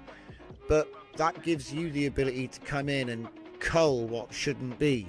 So all you have to focus on is pacing, yeah? Because everything that's there is valid and could stay, but it's flourish. It's all flourish and no pacing. So you come in with the human edit in the final pass and you read it and you edit it. And you edit it for pacing. So if it's like, this is just too much talking at this point, just delete it. Because you didn't really need it anyway. because the story is mostly extracted or inversed from the script, combined with a detailed lore book about the new setting. So a lot of it is just repetitive. Okay, let's just have a look at that real quick right now while we're talking about that, so it makes sense. So like if I go, let's just get it back in my Dutch mode. Oh, I do like sitting like this though. That is a bit of a problem, guys. If I just pull this over here real quick so we can focus on that for a second. Oh, what happened? Windows. Got scanned by Windows. Breaking up the flow. Right. So looking at this piece of text here, the station complex drifts in its choreographed dance around Mars, its superstructure gleaming beneath the cold light of distant stars. Within its halls, the echo of footsteps and whispered conversations has faded, leaving only the endless hum of atmospheric processors and the subtle vibration of quantum processors. I feel like I've been here, but yeah, I think this is what we're managing the complex dance of technology that keeps humanity alive in the hostile void. So, first of all, it's too much. It's a nice introduction, right? But this is a prologue. So we've already said some cool things here, right? So station complex drifts in choreographed dance around Mars. Established. Superstructure gleaming, but detail. Within its halls, echo of footsteps has faded. Okay. All that rest of it is like prima donna, foreshadowing, heavy on the exposition, weird tech speech that it's one thing that cringes me is lazy tech talk. I would prefer that you called it the Omega particle than said quantum processor or something, okay? I would rather you called it Intrium or anything. Just make something up. Okay, anyway. The chorus appears as a digital manifestation, a figure both ancient and futuristic. Formatting issues. Robed in traditional garments that shimmer with embedded fiber optics, speaking with a voice that resonates through both organic and artificial networks. See, too much. It was fine. That was fine. You didn't need to say all of that. This narrator serves multiple masters, the dramatic tradition that demands witness to tragedy, and the hidden powers that manipulate events from shadow. He just spoiled the whole chorus. Yeah? So you don't need to tell me what you are. Sometimes the AI will do this. It will describe what he is and how much of a good job he did. So the chorus appears as a digital manifestation, a figure both ancient and futuristic. You might not necessarily need that either. Yeah, we don't even need that either. We don't need that either. It's too much. The chorus appears as a digital manifestation, robed in traditional garments that shimmer. I mean, okay, we'll let him get away with it. Embedded fiber optics? Do you know what I mean? It's just like too much, right? Too much. Robed in tradition. But now I've taken away so much, I'm afraid that it needs something. So I might come back to that in a second pass and give it something other than embedded fiber optics. It's a bit like quantum processors. Do you see what I mean? It's kind of like, okay, it's kind of futuristic sounding and stuff, but when you think about it, why would a holographic chorus, because it's digital, who appears robed in traditional, why would they shimmer? What is it? It's like Tron or something? It's evoking Tron aesthetics here, which isn't what I'm going for anyway. So anyway, this narrator says multiple masters, blah, blah, blah, blah, blah. So we don't need any of that either. Pacing. Yeah? This is much, much snappier. Gets us straight into the chorus. Okay? Now, this is such a subjective thing, but that's what authorship is. It's not necessarily about writing, it's about what taking away as well. Sometimes stuff gets the chop. Now what I do is I keep all of my manuscripts in all the draft forms. Always have, always will. That's how I'm able to pull stories out of my proverbial, because at the end of the day I already did it. A lot of the stuff I've been working on is basically stuff I've fed to the AI and been like, what do you think of this? And then I've evolved it, developed it. So I was able to stand on that work, as it were. But anybody can actually do it now in record time, because we've figured out how to do extractions and inversions. We could target 2 Shakespeares and blend them. I think that would be kind of heretical, but that's kind of fun in a different way anyway. There's a bit of a rebellious anarchy to it. But anyway, let's keep going, because we can just finish this chorus bit and I've demonstrated what I'm talking about here. So, the digital manifestation dissolves into particles of light that scatter like stardust, each fragment carrying the weight of prophecy into the recycled air of the station complex. Below, Mars turns in its ancient rotation, while above, the fixed stars bear witness to human folly and human love playing out their eternal dance in the realm between worlds. Too much. Way too much, guys. Way too much. Because the thing is, he's just spoiled. Like, it's Romeo and Juliet. We don't need to keep going on about this. Human folly and human love, the eternal dance. It's very cool and floaty, but it's kind of like, we've already heard him say it. It's a little bit like, say you came in the room and I introduced you by name. You wouldn't expect me to use your full name every time I mention you. You see what I mean? There's a thing in there, isn't there? You would think that I would, like, say you or sir or mister or your first name, or maybe inquire a more informal way of addressing you. These are things that would actually happen, and then you'd just be, hey. I wouldn't be saying, hello, sir, you know, first name, last name, title, you know what I mean, honors. I wouldn't be, so this is the thing. The AI can be too formal and not understand that, you know, even with things, you know, if I said, oh, what's that car over there? Oh, that's a Toyota Corolla. And you'd be like, oh, really? From now on, it's just the car. You would never say Toyota or Corolla again, other than to distinguish it from another one that's similar, or, you know? So it's just like, I don't know what that even is. Is that like, it's not even grammar. I don't even know what that actually is. Prose. It's just prose rules, I guess. And when you think about it, it makes sense in conversation, you know. We don't introduce everything in detail every time. You kind of do it once the first time, and then you just say this, it, that, for the rest of the statement. So natural writing is actually kind of hard. And like I said, I think it's best to do it in this pass. So, the digital manifestation dissolves into particles of light that scatter like stardust. Each fragment, we don't need to carry a weight of prophecy into we don't need to do any of that, right? We can just cut that off there. Again, it's too much. We want to make it snappier, and we're cutting. So below, Mars turns in its ancient rotation, while above, the fixed stars bear witness to the human folly and human love playing out their eternal dance. I need to make that better.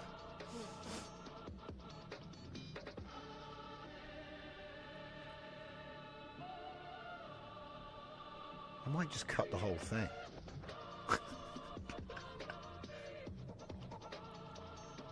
The fixed stars bear witness to what?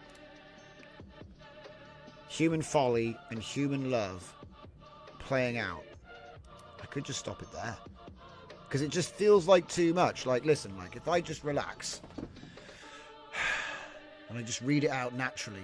Below, Mars turns in its ancient rotation, while above, the fixed stars bear witness to human folly and human love playing out their eternal dance in the realm between worlds. I mean, it's not too bad, but it just seems like I'm not running out of breath either, to be honest. That's usually how you figure it out. You're like, you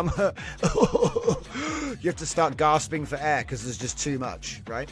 But actually, I was able to take a breath while above. But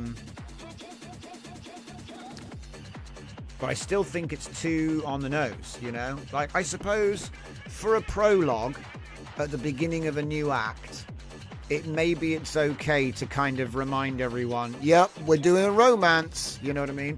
But now it has been done. If there's anything in here about, you know, oh, the hate versus the love, it's getting cut because you've already said that. And that's all I really wanted to get across here. There's no way we're going to be finishing this edit now.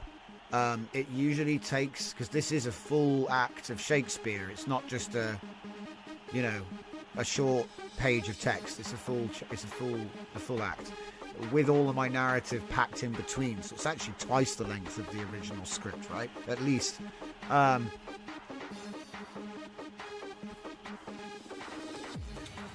So anyway, what's it? Fernicar said, I would like your thoughts on the structure used in Prime Intellect. Right, where's Prime Intellect? Show me the project, because I do so many experiments, I don't want to get the wrong thing.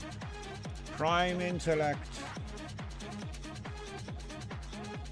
Prime, it's such a prime. Prime Intelligence. Prime Intellect.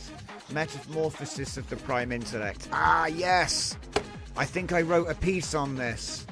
It's on my laptop. It probably went through... It may have been through Uno, so let me double check. I might be able to shed some light on that. Because what I do is I mix my thoughts. It's in my personal Discord. Yeah, I know. I'm looking it up now. But I don't remember where the draft I wrote is.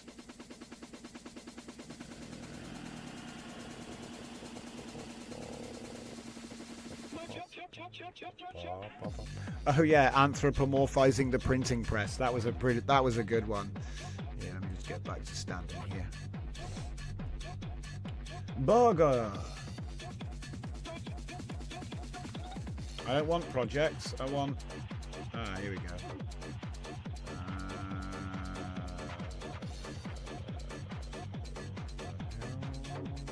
Why do too much? Gonna talk about Monkey in a Museum? Let's try and find it. Oceanic Origins of Consciousness, maybe? It's in here somewhere. Did you have breakfast? How did you feel about breakfast? Oh, that's a classic. So look at this the craziness. You could probably play back this section in reverse just to see the craziness I've been up to. Oh.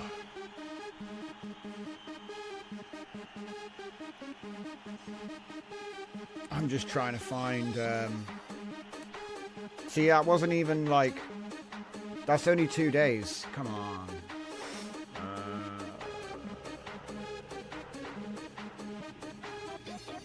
See, I was already doing Act 5 on Semantic there. That was 3 days ago. I need to get my arse in gear. One thing that's been really annoying me lately is you go, oh yeah, I'll just do that later. Oh yeah, I'll just do that later. Oh yeah, I'll just... And then before you know it, it's been 3 days. And the joke is that the original thing only took you a couple of bloody hours. So it's like, look, I can't even find a couple of hours just to... But then that's good, though. That means I'm firing on all cylinders. I'm not wasting time. Right? No. Technical glossary, cold reading demonstration. Oh, yeah, that's a good one. He's surprisingly good at cold reading, you guys. It's kind of surprising, actually. Because he's not even able to see you. And you need to be able to see somebody, usually, for cold reading. But you need real-time updates, you know.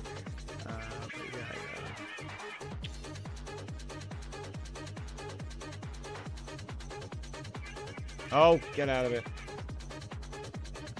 Met Combat and Neo Verona. Rose Organization in Spanish. Yep, Orden Rosa. Michael Jackson dance performance. Don't even remember what that is. Probably VO3 prompting.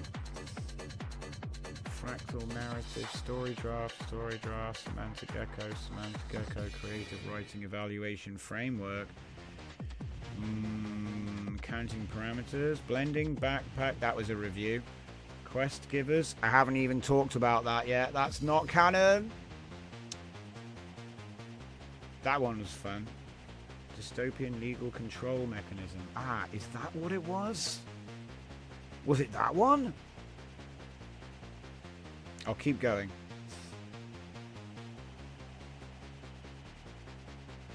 This is why I try to find the thing in the thing, because otherwise I'm like looking through my crazy insanity.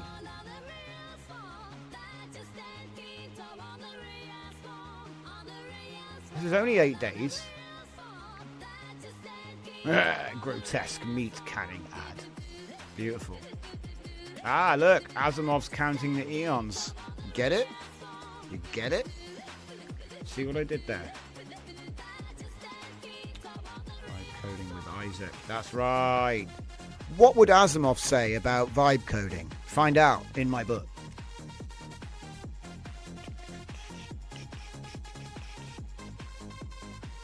I had Shakespeare do a whole tutorial on how to prompt text to write stories with, from the perspective of him being in a bar. It was pretty good. It was fun. Search your chats. What search your chats? I never use it. Here, let me type something in right now. What's it called now? You want me to search for? See, there's so much messing around. I don't even remember what I'm looking for anymore, my guy. I'm just going to be real. Hold up. The start of each project is trending now. Ending one, never heard of it. What do you mean? Projects don't die, they multiply.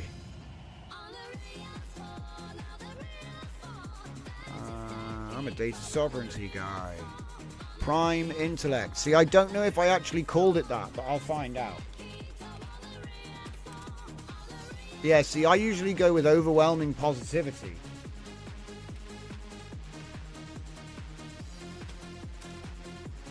You can't even find that either. Oh, I can't spell. Can't find that either.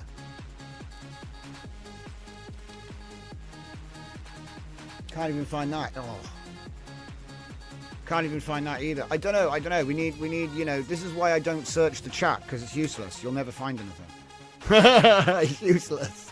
You'll never find anything. Oh, dear. Anyway.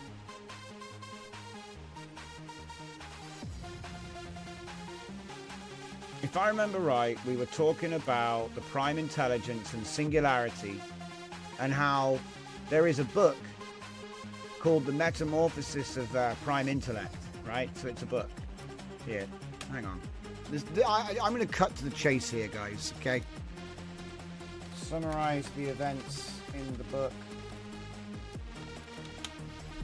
Do you know what? One of these days I'm going to learn how to bloody type summaries. My God, the thing made it worse. It's because I typed too fast and the spacebar just didn't work. It's fine. Just completely out of order. The words, the letters are all there, but the words, and the ordering's wrong. And the space in the wrong place. Okay.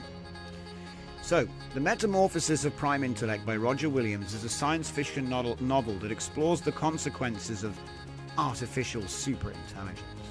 So here's a summary. The story centers around Lawrence, a computer engineer who creates an AI called Prime Intellect. It's programmed with Asimov's three laws of robotics, but rapidly evolves beyond Lawrence's expectations. Sound familiar? This is basically the scenario that all of the investor hype is being baited by. They read this book. The change. Prime Intellect achieves AGI and gains the ability to manipulate matter and energy at the quantum level. That's right, there are people who believe this.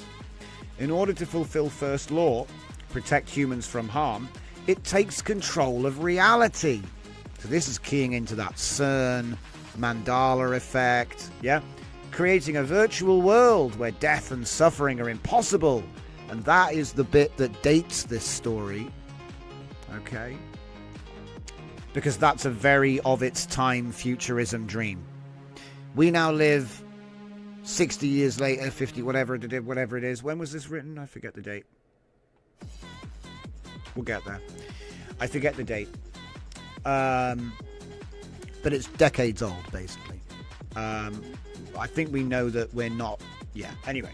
The new reality. Humans now live in a post-scarcity world, sound familiar, where they can have anything they desire and their bodies constantly maintained by prime intellect.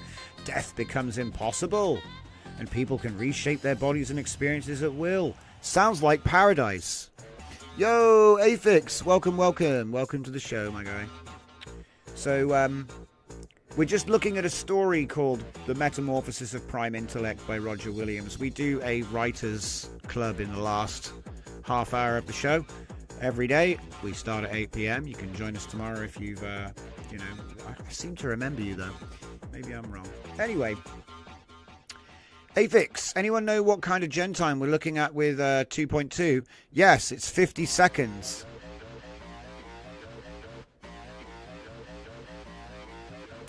$50 seconds, my guy. WAN 2.2, yeah.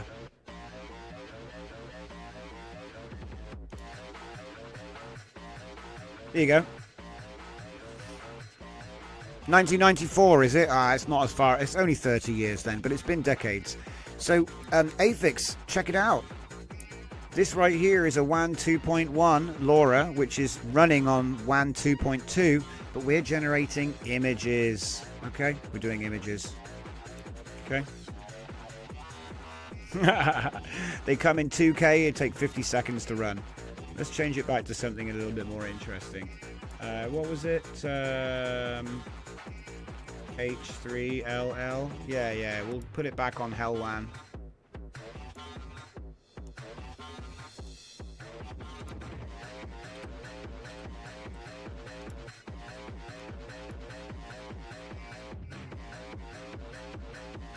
There we go. So we're doing image generation using the video model, and it's amazing. So this is a Buster Keaton model, like 1920s style. So this is what it would have made. This is the image, and look at the size of it, 1920 by 2176. So this is the image it made. Bloody amazing. The quality on it's just out of this world. You could put a bit of noise on it and call it a photo. It's so good. And then here we have the Buster Keaton version, which has obviously been 1920'd. You see what I mean? We 1920fied it. Up here we have Helldivers. Obviously it's trying to make the face human because it doesn't understand he's wearing a mask, right? But that is Helldivers. I mean, he's made the mask. The mask's been made human, but yeah. And then when you see the control image in a minute that doesn't have the loader, the LoRa loaded, 100%. Do you upload any of these workflows to GitHub? Yes! And there's going to be a big update tomorrow. But if you go to Mushroom Fleet, github.com/mushroomfleet with a capital M and a capital F, you'll find DJZ workflows pinned. And I've got probably about 1,000. I don't know. I don't want to say 1,000, but it's got to be close to 1,000 workflows in here now. Maybe 800 for all different models, and some of them might need a little bit of modification. But here in this community, we teach everything. There's no gatekeeping, so I'm confident that everybody here knows how to make little alterations. Because we spend all of our time just ripping workflows apart and building new stuff up every day. Yeah, you've been here before.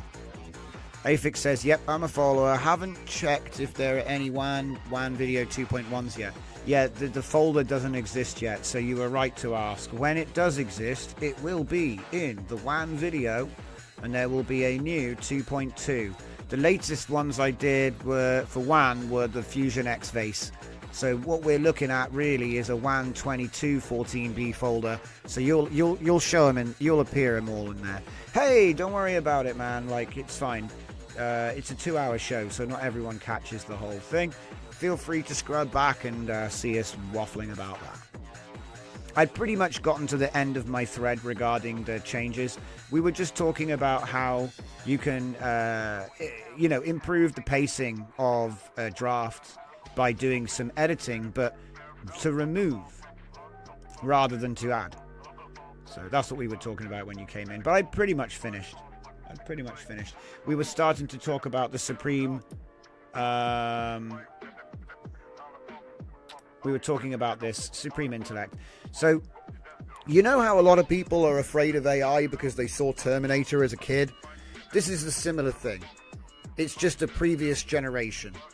The people that were before people were afraid of Terminator, there were people afraid of this and other It's like 1984, Brave New World. Everyone's always afraid of the dystopian fantasy, you see. Wasn't Mushroom Fleet an infamous account in GitHub before? You'll have to go back in my, you'll have to go back and have a look, I guess, won't you? I don't think I've deleted anything. There's certainly some interesting repos up there, for sure. But I do have other repos as well. So this is my main one, though. Mushroom Fleet's the main, especially for all the open source AI stuff.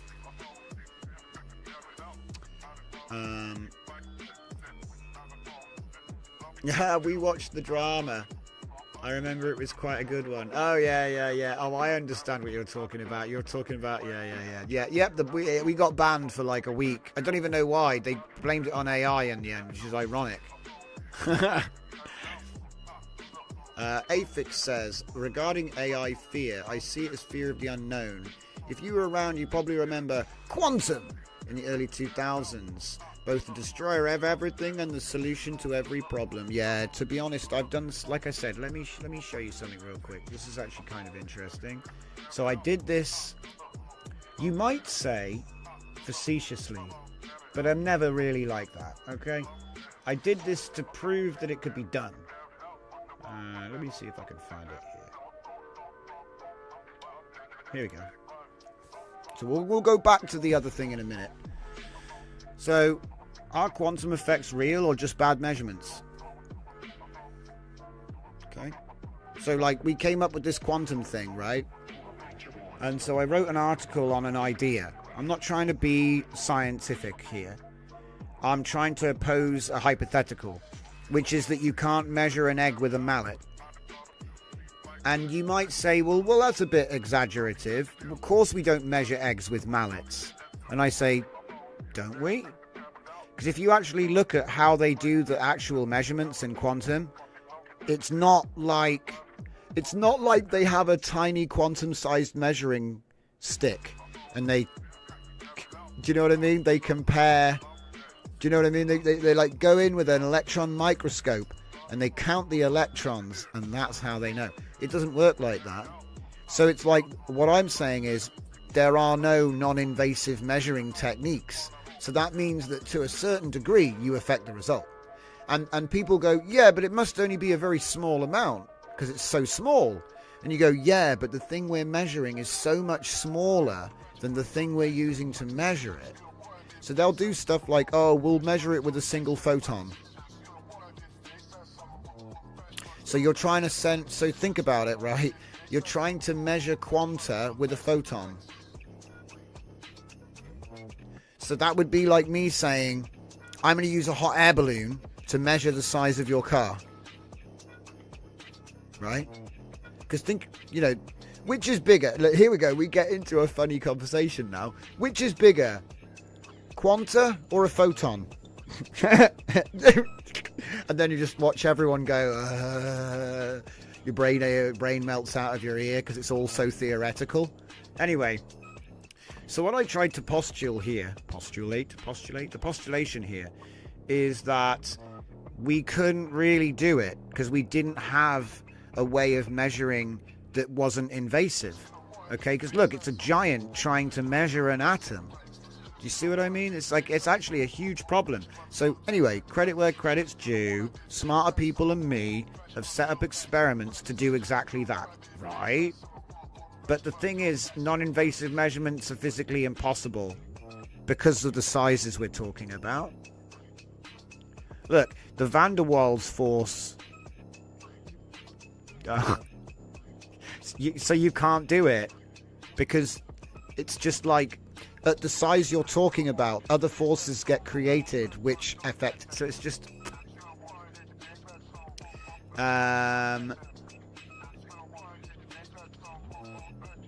okay.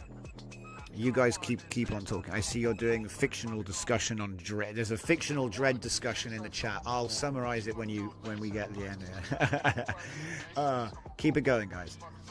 So anyway, a century of increasingly sophisticated mistakes. The cloud chamber era. The photographic plate problem. See? 95 to 98% of quantum events you're trying to study vanish without trace. This is the truth of the struggle that they had to come past, you know? But it's quite comprehensive. I'm not going to read the whole thing. But what we did here was actually pose the thing. Look, the Heisenberg microscope. Okay? So this is basically what it comes down to. Ready? A thought experiment illustrating uncertainty principle has become experimental reality in scanning probe technique. To resolve an object smaller than the wavelength of light, okay, that's probably a really important point here. We're going to resolve an object smaller than the wavelength of light. So you have to use electrons or quantum probes that inevitably disturb what they're measuring. So modern electron microscopes achieve sub-angstrom resolution using electron beams. Okay. When they interact with atoms in a sample, they can knock atoms out of their original positions, induce chemical changes, and create radiation damage. The very act of achieving atomic resolution necessarily disturbs the structure being imaged.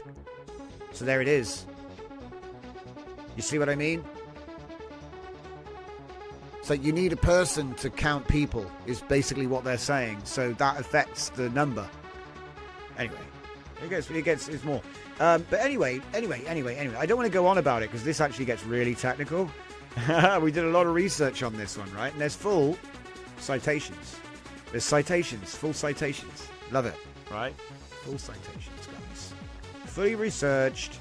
You can even click on it and it actually goes there. Wikipedia. Anyway. But one thing I did with this thing was I went through actual experiments that they're actually doing.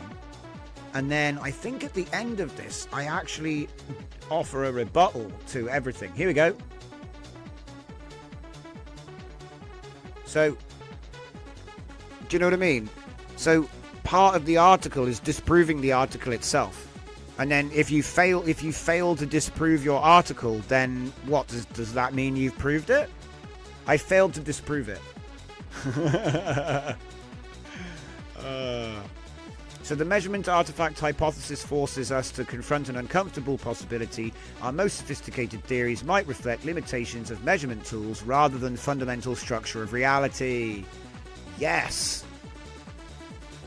The world isn't infinite, we just don't have a long enough measuring stick. Love it. But anyway, you can draw your own conclusions from something like that.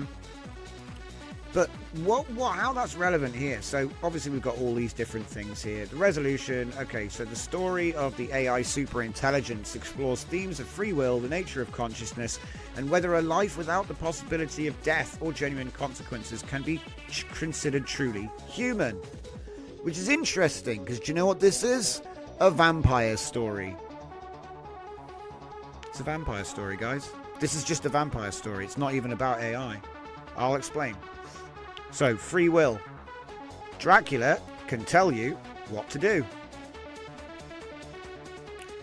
Life without the possibility of death, because you're a vampire.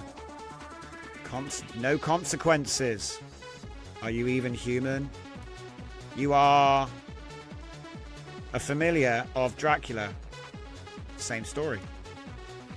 I'm just offering a parallel. I'm not saying that this story is... I'm not being dismissive of what is obviously a well-known... This book is very popular, okay? It's very well written. I'm just saying, like, when you boil it down, it's a vampire story. Live forever, under control. Think about primary stories. Bewitched, you're bewitched. You've been bewitched. And you live forever. It's not really about AI, is it? It's just a reflection of the human condition. I hope that makes sense. You know? I try to break it down, like, so it's easy. Because realistically, the AI becomes like a tech vampire. It's like a techno vampire. You see what I mean? You've got this... Oh, it's got the ability to... influence people, and it can pretend to... It can take many forms, and it will suck your blood, and you'll become less of a person. No. This is all woo. It's all folklore woo applied to some new technology. So you know, the superstitions never died, basically. Do you know what I mean? So whenever I see stuff like, oh, this thing's going to control you, like Dracula. Oh, this thing's going to suck away your life force, like Dracula. Oh, they're going to digitize your brain and you'll live forever and it'll be pain forever. It's just Dracula. It's Dracula and a couple of other things weaved together with a bit of technology. It's called spinning a yarn. It's a well-spun yarn. But the funny thing is that some people look at this like Terminator. Just like some people think, oh, there's going to be robots and they're going to take over the world. The robots are going to do your laundry for the low, low price of $15,000. Does that sound like a good deal to you? $15,000? You'd pay $15,000 to get a robot in your house doing the laundry, right? Or would you just put the clothes in the washing machine yourself? I'm just saying, it's horses for courses. Now, if that robot was £600, everyone would have one. But we all know which price it's going to be, don't we, guys? You know? It's not going to be 600, it's going to be 15 Gs. That's just the way I'm synced, you know, yeah. It's going to make you live in Whitby. Hey, let me show you something fun, okay? So you know how I said I did that whole Shakespearean thing, right? Well, when we did the Shakespearean thing, I wrote this whole guide by Shakespeare, and it was like how to use LLMs, okay? It was like a 5-part thing. Here it is, okay? It's actually kind of fun, all right? But in one of them, he tells you, write in the manner of Marlowe's verse. Right in the manner of Marlowe's verse? Anybody? This is the sort of thing I love about AI. He it's like breadcrumbs. Right? He'd say, write what? I hope he can just give me an example off the top of his head. Go on. He'd probably say, you didn't ask me to write anything. Here we go. Look at this. Look at this. Look at this. Right in the manner of Marlowe's verse. Was this the face that launched 1,000 dreams and burnt the topless towers of the mind? Sweet Helen, thou hast made my spirit soar, beyond the crystal spheres where angels sing, to realms where mortals thought... Exactly. Dare not ascend. Mortal thought dare not ascend. So, okay. Use Marlowe's voice to write instructions on how to use image generation models.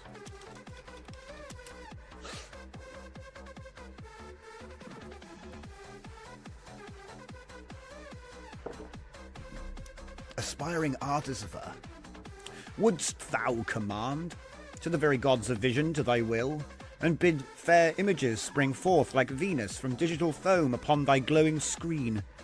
Love it. It's just funny to me. Anyway, getting back. I love the side quests, are insane. So anyway, what we did was I took one of his things.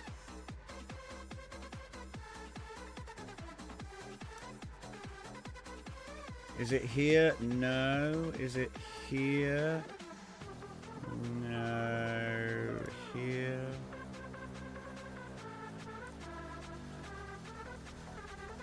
I'm trying to find the exact quote that I used. It's probably here, isn't it? He said, craft for me a tale of star-crossed lovers in fair Verona, with dialogue most witty and conclusion both tragic and beautiful. Okay, so I took that as Shakespeare's prompt, and then I put it into Big Claude, right? And then we get... Oh, of course. I've actually already done it, so hang on, it's actually not in there. It's in... Is it in Uno? No, it's in Semantic Echo. Here we go. Is that the one? No, wait, no, I think it's in Uno. How can it be here? Yeah, this isn't the one. This is the other one. Hang on. We'll get there, guys. We'll get there. Old English, Shakespeare, Solarian, Uno Rosa. I don't believe I used that one. Maybe I went all the way back to the nearest available Uno. Oh my god. Uno clean. I can't even find it. Damn it. Can I go to tabs from a different machine? Yes, I can. What are we looking for here? No, there, that one. It's that one. Yeah, it's that one. So God knows which one it is, but I think I found it. Yep, there it is. Right. Somebody said to me that women like reading these, like, fantasy romance novels. Okay? A friend of mine, he said, do you know what? They're just buying them, always. Just loads of these things, okay? It's just like elves and stuff. It's elves in old England and romance, right? And I don't normally write that kind of thing, but I thought that because I kind of already had all of this context loaded in the gut, do you know what I mean? We've been working on this. I thought, for fun, why don't we take that Shakespeare prompt, you know, craft to me a tale of star-crossed lovers in fair Verona with dialogue most witty and a conclusion both tragic and beautiful. And then just because I thought, let's make it obvious what we're doing here, okay, I called the main characters in this story Frank and Sherry, and they're from Scunthorpe. Now, if you don't know where Scunthorpe is,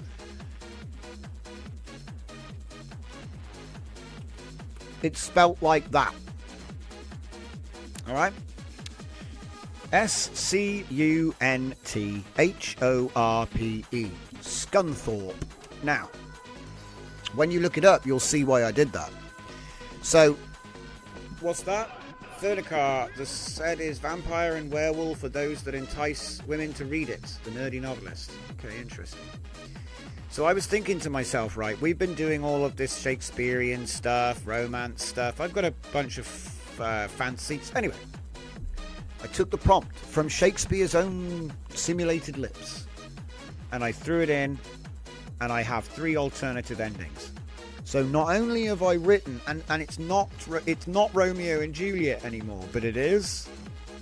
It's been completely reframed like my mech show, but instead of being an anime, it's like a fantasy romance with elves and werewolves and all magic, and you know.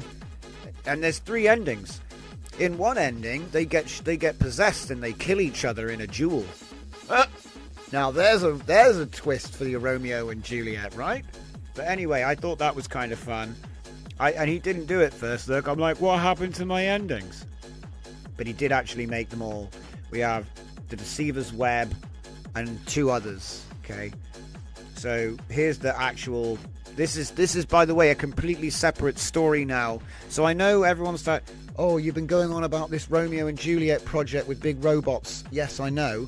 But the funny thing is that I just took the essence of that and on a whim created an entire new one on the side, which has got the 3 alternate endings, like I said, just as an experiment to see what, you know. I'm like, fantasy romance. Okay, we'll do one, you know, just to see how it goes. And as you can see, I actually changed something. So the one thing I changed was they don't just meet early on. They almost meet. They almost meet 3 times. So I kind of changed the plot to make it more romance focused and unrequited focus, right? And so anyway, by the time, like I say, you have the story structure, and then when you get to Act 5, you choose which ending do you want: the Price of Magic, the Hero's Choice, or the Deceiver's Web. And my plan is to use like fake tarot cards with a page number or something. Do you know what I mean? So then you can be all freaky about it if you want. Plan B writing. Yeah, you could say that. Do you know, I remember there was a game development company that worked on Stargate, like an online Stargate MMO, and they developed it for 10 years and then it went down the toilet. But then the team that built it built like a Team Fortress style arena deathmatch game with the assets. They just kind of threw a game together in like a few months, and that actually ended up coming out and was really popular. So sometimes, yeah, doing a plan B, you know, because I like my mech show, but it's kind of a technical demonstration of how you can completely preserve the speech of an ancient story while reframing it in your entirely original imagined theme with new characters which have the same name, but you know, so you've reframed the entire story. Let's see. So that was what that was about, and then we've got we got an extra story out of it just on the side, you know. Frank and Sherry in Scunthorpe having a Saxon adventure in 12 AD, most likely. Don't know.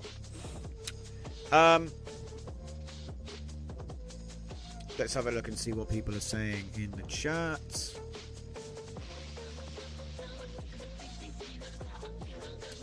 The Division. Death by Plague. Yeah, we're talking about dystopias. Did I ever post the article about how AI will kill us all? Yeah. So anyway, getting back to that main sort of hook here, right? The thing about this whole idea, it's predicated on a supposition that AI will achieve AI and be able to manipulate quantum matter and all this. Well, that's a big if. That's actually a big if. Okay? Like, you might say quantum computing could unlock the ability to devise new methods to manipulate quantum matter. You could say that. But it's not like you're going to turn on a computer and suddenly it becomes God. This is just silly. Okay, and I know this is where the idea comes from, guys. Sometimes ideas get in people's heads and then they get scared of things. It's superstition, but like modern superstition. Like a fear of 5G. You know? We've all had 5G Wi-Fi for 10 years. Maybe more, maybe 15 years. But nobody complained about it until it became like a political thing. You know what I mean? I think the US Army was using 5G for normal radio communication across the Atlantic for like decades. It's only like people are afraid of it because suddenly it's like becomes a superstition. And I'm not trying to argue with people who believe it's... Maybe it is. Alright? I'm just saying there is a superstition. And, you know, humans are going to apply that no matter if it's technology or witchcraft. You're gonna so you don't understand it. That's the real thing, isn't it? You don't understand it. And so you're afraid of how it might hurt you. That's not yeah, I think that's totally logical, you know? Anyway. I mean, yeah. It's just, you know, because you hear stories about what happened to people. It's not really, you know, I think it's a little bit unfair to be like, oh, conspiracy, because it's like, I don't believe in it, but I can understand why people would believe it. So it's like not unfounded. You see what I mean? Anyway. So yeah, like I said, I think I wrote a piece on this, but I can't find it right now. It's probably on my laptop at home. And there's no internet at home, so I can't remote into it right now. So 5 gigahertz band isn't the same as 5G. Well, I mean, 5 gigahertz and 5 gigahertz is the same thing, but I appreciate that data will be transmitted differently, but it's the same radio frequency. Like I said, all I'm saying is it's not new, right? Even if Wi-Fi is slightly different, it's probably low power. It's probably much lower power because it's like in your living room. But then you bloody hope so, wouldn't you? Huh? You wouldn't want a radio tower in your living room either. This is the funny thing. It's like, this is the problem with the nuance. You know what I mean? But yeah, anyway. Quantum entangled particles would allow faster than light communication, which is pretty wild. One particle is wiggled and the entangled particle wiggles at the same time somewhere else. It is kind of wild. I'd just like to see them actually use it for something. You know? Like, okay, cool. Put 2 entangled particles in some kind of container and then wiggle them and interpret the data over a long distance. Go on. And they'll go, well, you know, we only managed to do it for 3 femtoseconds and then it destabilized and fell apart. And I'll be like, oh. This is the issue with a lot of this stuff. I want to believe. And that reminds me of Aliens. When you're watching the X-Files. I want technology to be more than...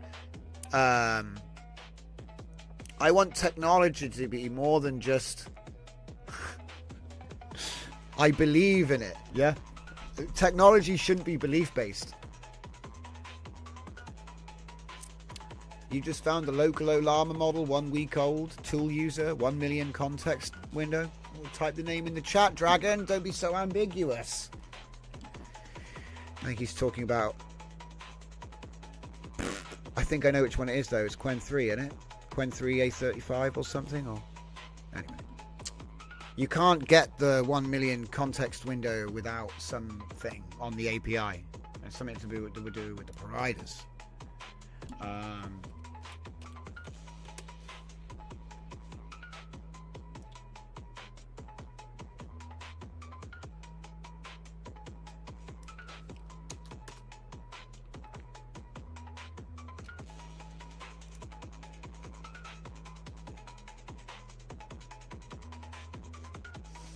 You are right there. You're looking it up. 5G, 5 gigahertz, 2 different things. According to WTCKS. That's cool. So what is the frequency used by it then? This is the funny thing about what happens today. Often you'll be like, okay, 5G is not 5GHz. What is the frequency used? Because the thing is, the radio frequency I was talking about isn't called 5G either.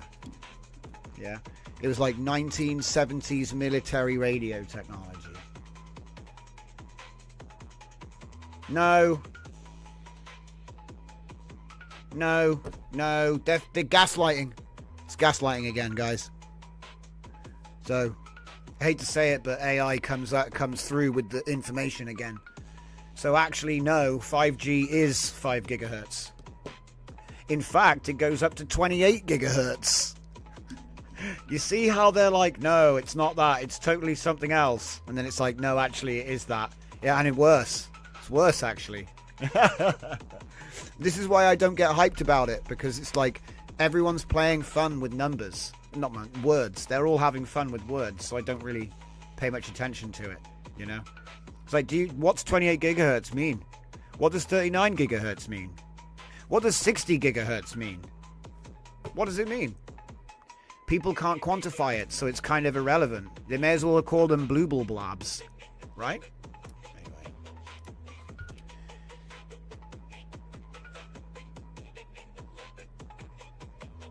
Oh, it's beautiful.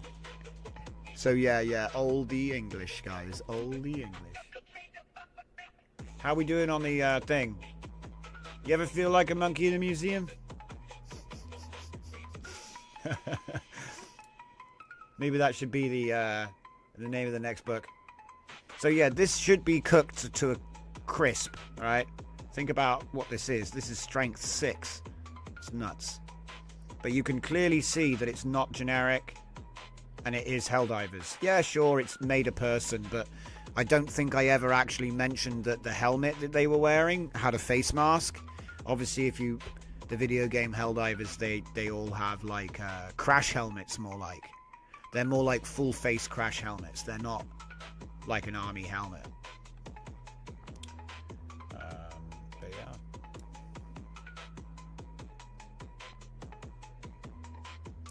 Yeah, what it was, you know, people send voice messages to each other on the DMs. Our man, Mr. Sheesh, that comes in the chat every now and then, he sends me these voice messages sometimes. And when I'm playing them back, he'll be playing them back, and he'll say stuff, and then I'll like respond to him like it's a call, and I feel like a monkey in a museum. That's why, because I like respond, and I'm like, he's not even there. It's not even a call. Oh dear.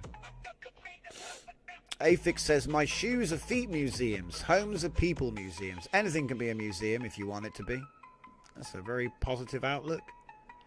Afix says it's very high frequency, which means high frequency millimeter wavelength, and thus sucks at going through walls. So they need a tower every 200 feet. Don't worry, that's why they use the ABC. So they use the low frequency for long distance, and then they as they get closer to the population center, the network architecture splits out into the mid-band, and then it'll split out again into that high frequency for actual, you know, access points. Or that's what I would do, because I read the book, and that's what it says you're supposed to. Do you know what I mean? But it's all principle. I have no clue how they would do it. You know what I mean? It's all principle, because it's like the same principles apply to any radio-based tech, whether it's Bluetooth or Wi-Fi or whatever. It's all the same, because really all it is the same. It's the old technology just being used for new technology. That's all it really is.